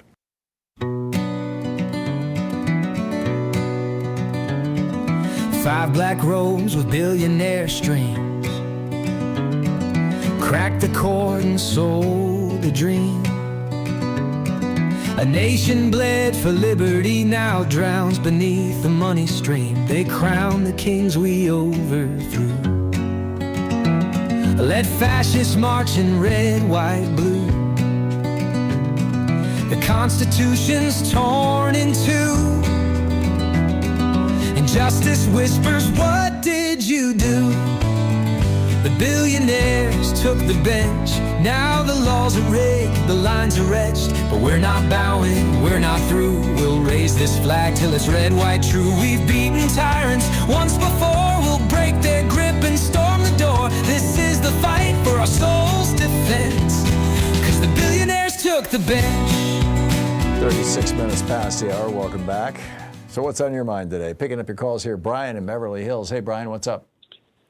Hey, Tom. Good morning. Hey. I'd like to tell a quick story, actually, in reference to your cat experience, if I may. Please. So this was having to do with a butterfly, and it was probably one of the most profound experiences of my life. So I'm walking along a kind of a busy street, and I'm on the sidewalk, and I see this butterfly fluttering around. I'm going, what's going on with this butterfly? So I get up close to it, and I look at it closely, and I realize that it had a grass blade stuck, somehow it lodged between its antennas, and it was blocking its eyesight, so it couldn't see it. So it was fluttering around and everything. So I get close to the butterfly, and I realize, I gotta get this grass blade out of its antennas, and then it'll be able to be okay. So I focus in on this butterfly, and it keeps trying to get away from me because it's scared. And finally it stops, and I look at it and I say, and I just, I didn't say anything, but I'm thinking to the butterfly, I'm going to save you if you let me. So eventually the butterfly starts crawling up my arm. I'm totally mind melded with this butterfly at this point. Crawls up my arm. I go to try to get this grass blade out of his antenna, and it gets scared and tries to fly away. So then fluttering around again, goes out into the middle of the street, and I end up going out into traffic and blocking traffic. You can't hit this butterfly, so I get the butterfly to kind of go over to the side of the road again. And then I go for round two, and I look at this butterfly and say, listen, if you want to live, you're going to have to let me save you. So again, the butterfly starts crawling up my arm, and finally it gets close enough to my finger, and I stick my finger down there, and I pull that grass blade out of his eye, and it flies away. Wow. And it was just and it was a total mind meld. It was totally, clearly this butterfly knew that I was the only thing that could save him. So I just thought I'd share that. So do you know what that's an amazing story, Brian. I love that. Do you know what a tachnid fly is? Yes. For people who don't, a tachnid fly is, they're in the family of flies, like house flies, but they look like little yellow bees. Yeah, they've got little black and yellow stripes in the back. They don't have a stinger. They're completely, they're just flies. And so it is a two-part story. When I was 18, my best friend, Clark Stinson, and I bought a couple of teepees and about 50 pounds of dried food and got a ride up to the Chippewa National Forest in the middle of the Upper Peninsula of Michigan. A friend of ours, his grandfather was a trapper, and he had an old cabin up there, and we met with him, and he took us on a 2-day walk back into the forest to this little lake. It was called Duck Lake. It wasn't even on most maps. And we set up our teepees, and we spent the whole summer there doing spiritual practice, basically, just meditation. And in fact, we'd go 3 days every week without saying any words. And every morning I'd sit and meditate, and there was this tachnid fly that would come while I was sitting, and I had my hands on my knees, and he would come and he would just rest on the back of my hand and just hang out with me when I was meditating. When I was done, he would just get up and fly away. And it was like every day he'd come over and hang out with me. And it was kind of cool. It was kind of distracting at first, but it was kind of cool.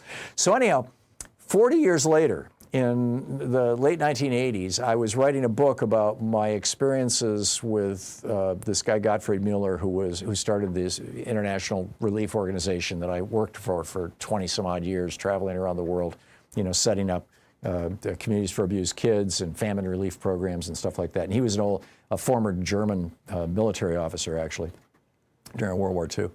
And in my book, the book is called The Prophet's Way. It was published years ago. It's still in print.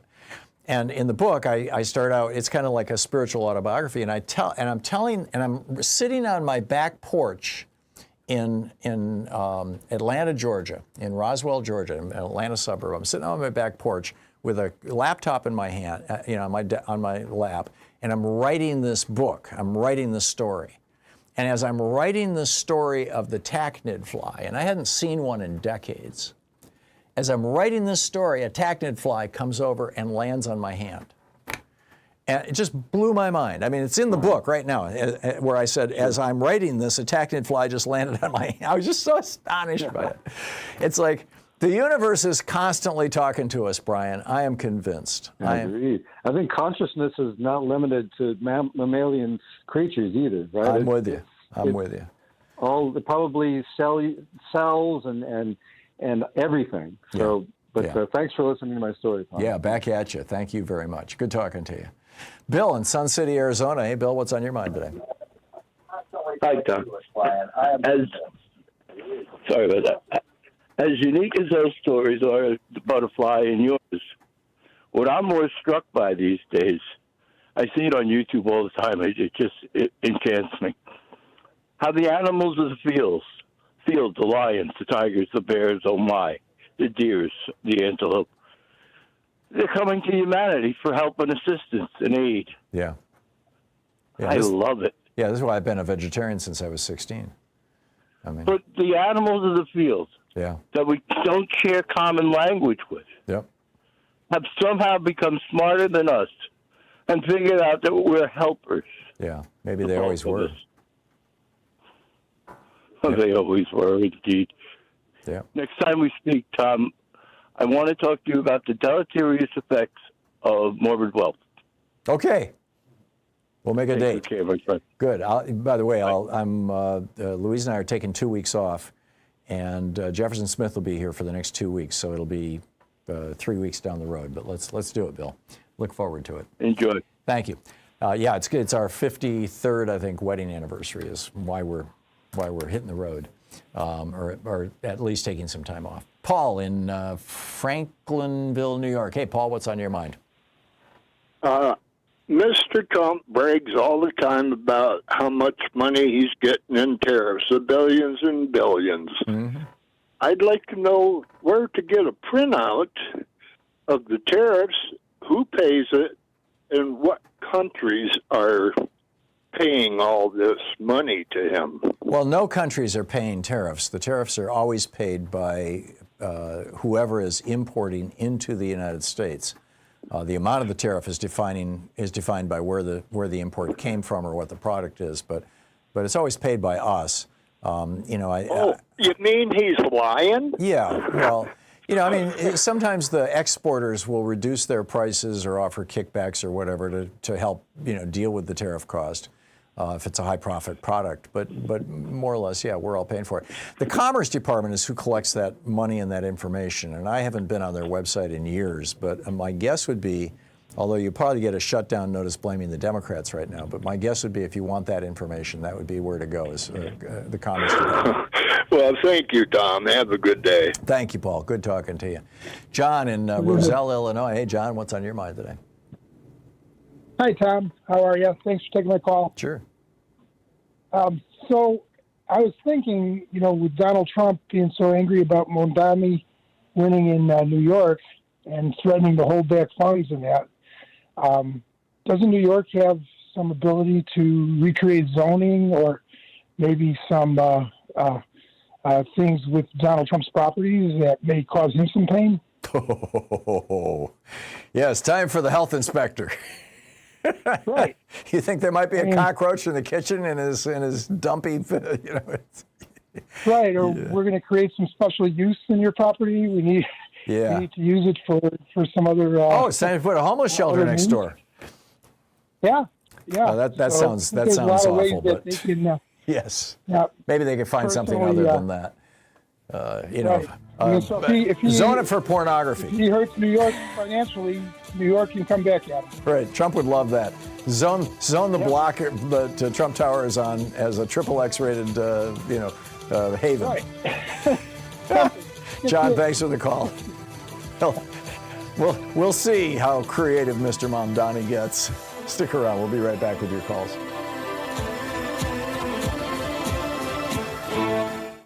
You're listening to Thom Hartmann. Visit thomhartmann.com for audio and video archive. Hey, breaking news. The guy who threw the sandwich at the ICE officer, he just got acquitted by a jury. They were like, why are you bothering with this?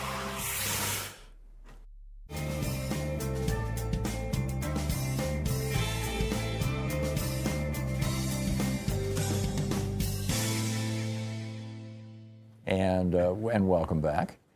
Let's see here. James in Clear Lake Oaks, California. Hey, James, what's on your mind today? Hi, Tom. A long-time listener, second-time caller. Thank you. I disagree with your filibuster position. I understand. Because if we eliminate the filibuster now, the Republicans would pass any legislation they want, including legislation to enable Trump to cement a police state in all of America. You're right. And then he would cancel elections, remain in power past 28, and select his successor. I don't think he can cancel the elections, James, but he can certainly mess with them. There's no doubt about that. And I'm just operating on the assumption that the American people will not tolerate that. And that what this would do is force the Republicans to drop the mask, to stop pretending that they're normal human beings. I understand that, what you're saying.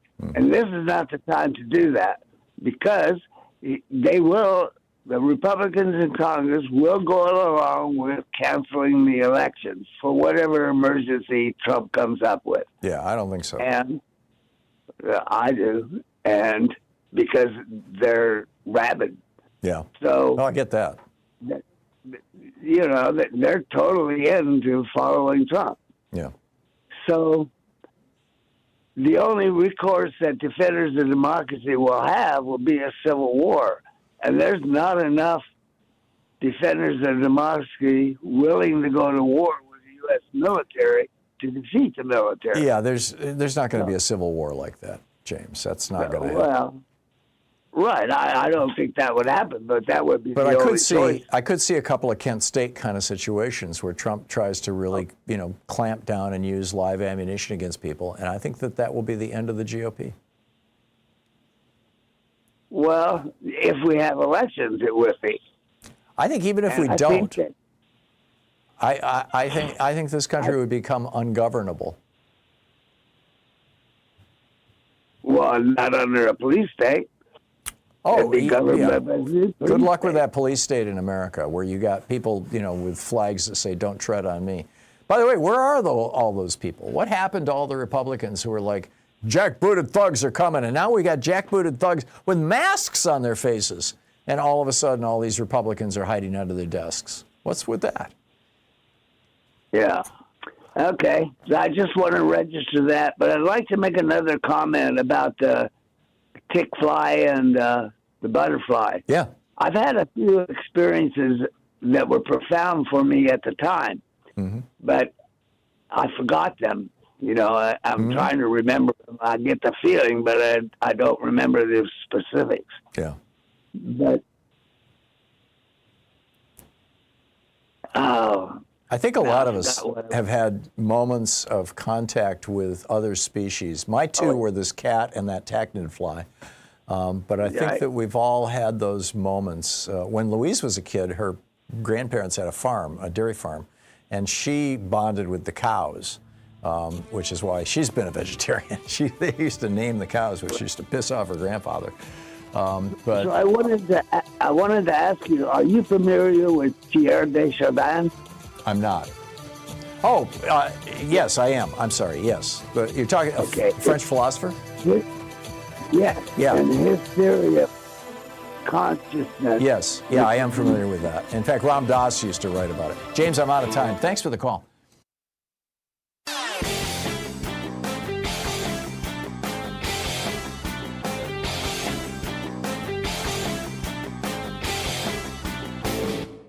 Hey, thanks so much for sharing our program and for reaching out to our stations and sponsors and letting them know that you're listening. It really means a lot to us.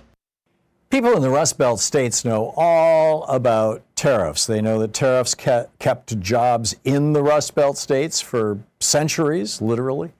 that America was built on tariffs. It's one of the reasons Donald Trump got elected in 2016 was because he talked about tariffs. But for some reason right now, the Harris-Walz campaign, or Democrats in general, are reluctant to talk about tariffs. They call them sales taxes or something like that. They really need to be a little more straightforward because people, particularly in the industrial Midwest, or in the Rust Belt, as we call it now, are not dumb. They know what's going on. They know where we've been and how we got here. And I think it's pretty important to be talking about tariffs and what they are, how they work, and how they can bring manufacturing back home. I wrote a piece about it for Hartmann Report. It's titled, Why Trump is Wrong and Alexander Hamilton Was Right About Tariffs. And I think you'll find it absolutely fascinating at hartmannreport.com. Check it out. Welcome back. 9 minutes before the hour, picking up your calls here. John in West Allis, Wisconsin. Hey, John, what's up? Well, a couple of things. First of all, I appreciate that you're willing to put on some feel-good portions in your program. That definitely helps a lot, I think, with relieving some of the tensions of this insanity that we're in. Yeah, it can get dense at times, the darkness. You're right. In any case, I got two things to say. The first thing is that during Trump's second campaign for presidency, between 2021 and 2025, which is about how long that campaign actually lasted, he made it extremely clear. There's no question he was going to bring an authoritarian government into the United States. Yep. And I've been telling people ever since that was really clear. There is no financially successful authoritarian government in the world. I mean, you can look at China and say that, but half of their labor is slave labor. Certainly, it's not North Korea, and I've been to the Soviet Union. They have no middle class either, basically. People need to understand that, and we're starting to see the beginning of it now. When a million plus people are thrown out of employment in a relatively short period of time. Yep. The second thing I wanted to say is that back in the 1980s, and I'm an old guy, back in the 1980s, I recall seeing comments that if the Republicans ever implemented their entire agenda, it would be a generation before Republicans got into office again. That is my point. That's what happened in the 1920s. Harding, Coolidge, and Hoover basically rolled back Teddy Roosevelt's reforms, did away with Woodrow Wilson's 71% top income tax rate, deregulated the stock market and the banking industry, and it led to the Republican Great Depression. And the Republicans were not bad. They did not regain control of the House of Representatives until 1994. Yeah, that's. I'm familiar with that history, having lived through fairly large portions of it. Yep. A caveat on that was that if there are free and fair elections, and that's what we really truly do have to worry about. I think not just in 2026, but definitely in 2028. Yeah. And I really do think that he's going to try. He's trying to gerrymander. He's ordering his minions. Oh, yeah, absolutely. And there's other things he's going to do, John. And for example, the SAVE Act wouldn't surprise me at all. I just think the blowback is going to be so much greater than the successes that they're having, that your original analysis of, if they have their way, they'll never again have power. I think that's true. John, I got to move on, but thanks for the call. Spot on. Well said. Karen in West Palm Beach, Florida. Hey, Karen, what's on your mind today? Hey, oh, good. I'm so glad. I'm an equine body worker, so we're going to go back to the animals, right? Mm-hmm. I missed what you said about your cat, but I heard you say vibration. Well, I had this moment where my cat and I just stared at each other so long that my eyes were watering, and it was just like this absolute connection with another living being that I'd never experienced quite like that. They're amazing. I've been doing this 30 years, and we get tuned in to each other. They're actually save me, but they keep you grounded. You must need grounding that day or something. Yeah, any animal that you can be with vibrationally or any way, and he must have picked up on something that you were going through, and that was so great. Mm-hmm. Think about it. Yeah. Whatever was going on. I don't know. It was the day of the elections. I don't know. Now, remember where I am. I'm in West Palm Beach. Yeah. And the horses. Yeah, I wasn't thinking of it. And I'm in Wellington. And the horses have, yes, there's a little more trauma because made from humans. Yeah, yeah. The humans carry the trauma, and so they carry it into the barn.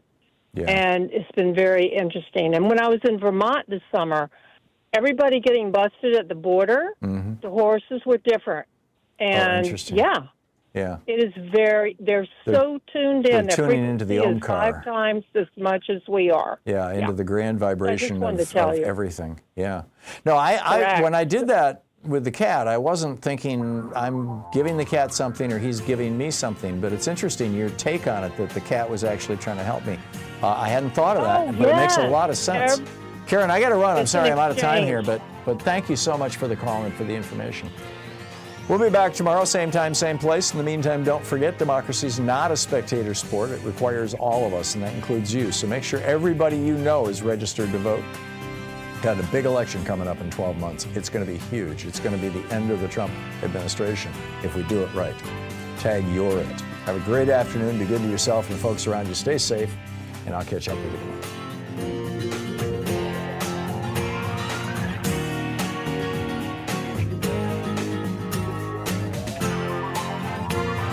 You've been listening to Thom Hartmann. For audio and video archives, visit thomhartmann.com.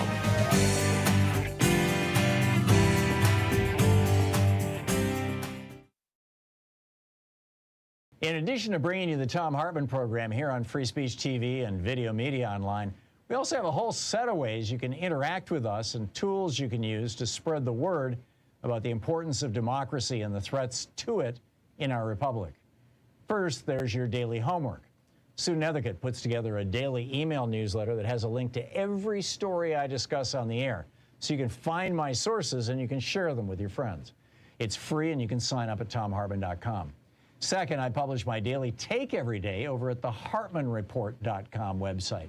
That's also free if you want the daily 5 days a week rant in your inbox. No ads either.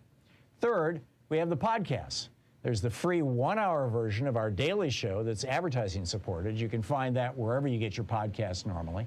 And then there's also the podcast of the entire 3-hour show with no advertisements, and that's available by subscription over at thomhartmann.com. So check them all out at thomhartmann.com and hartmannreport.com.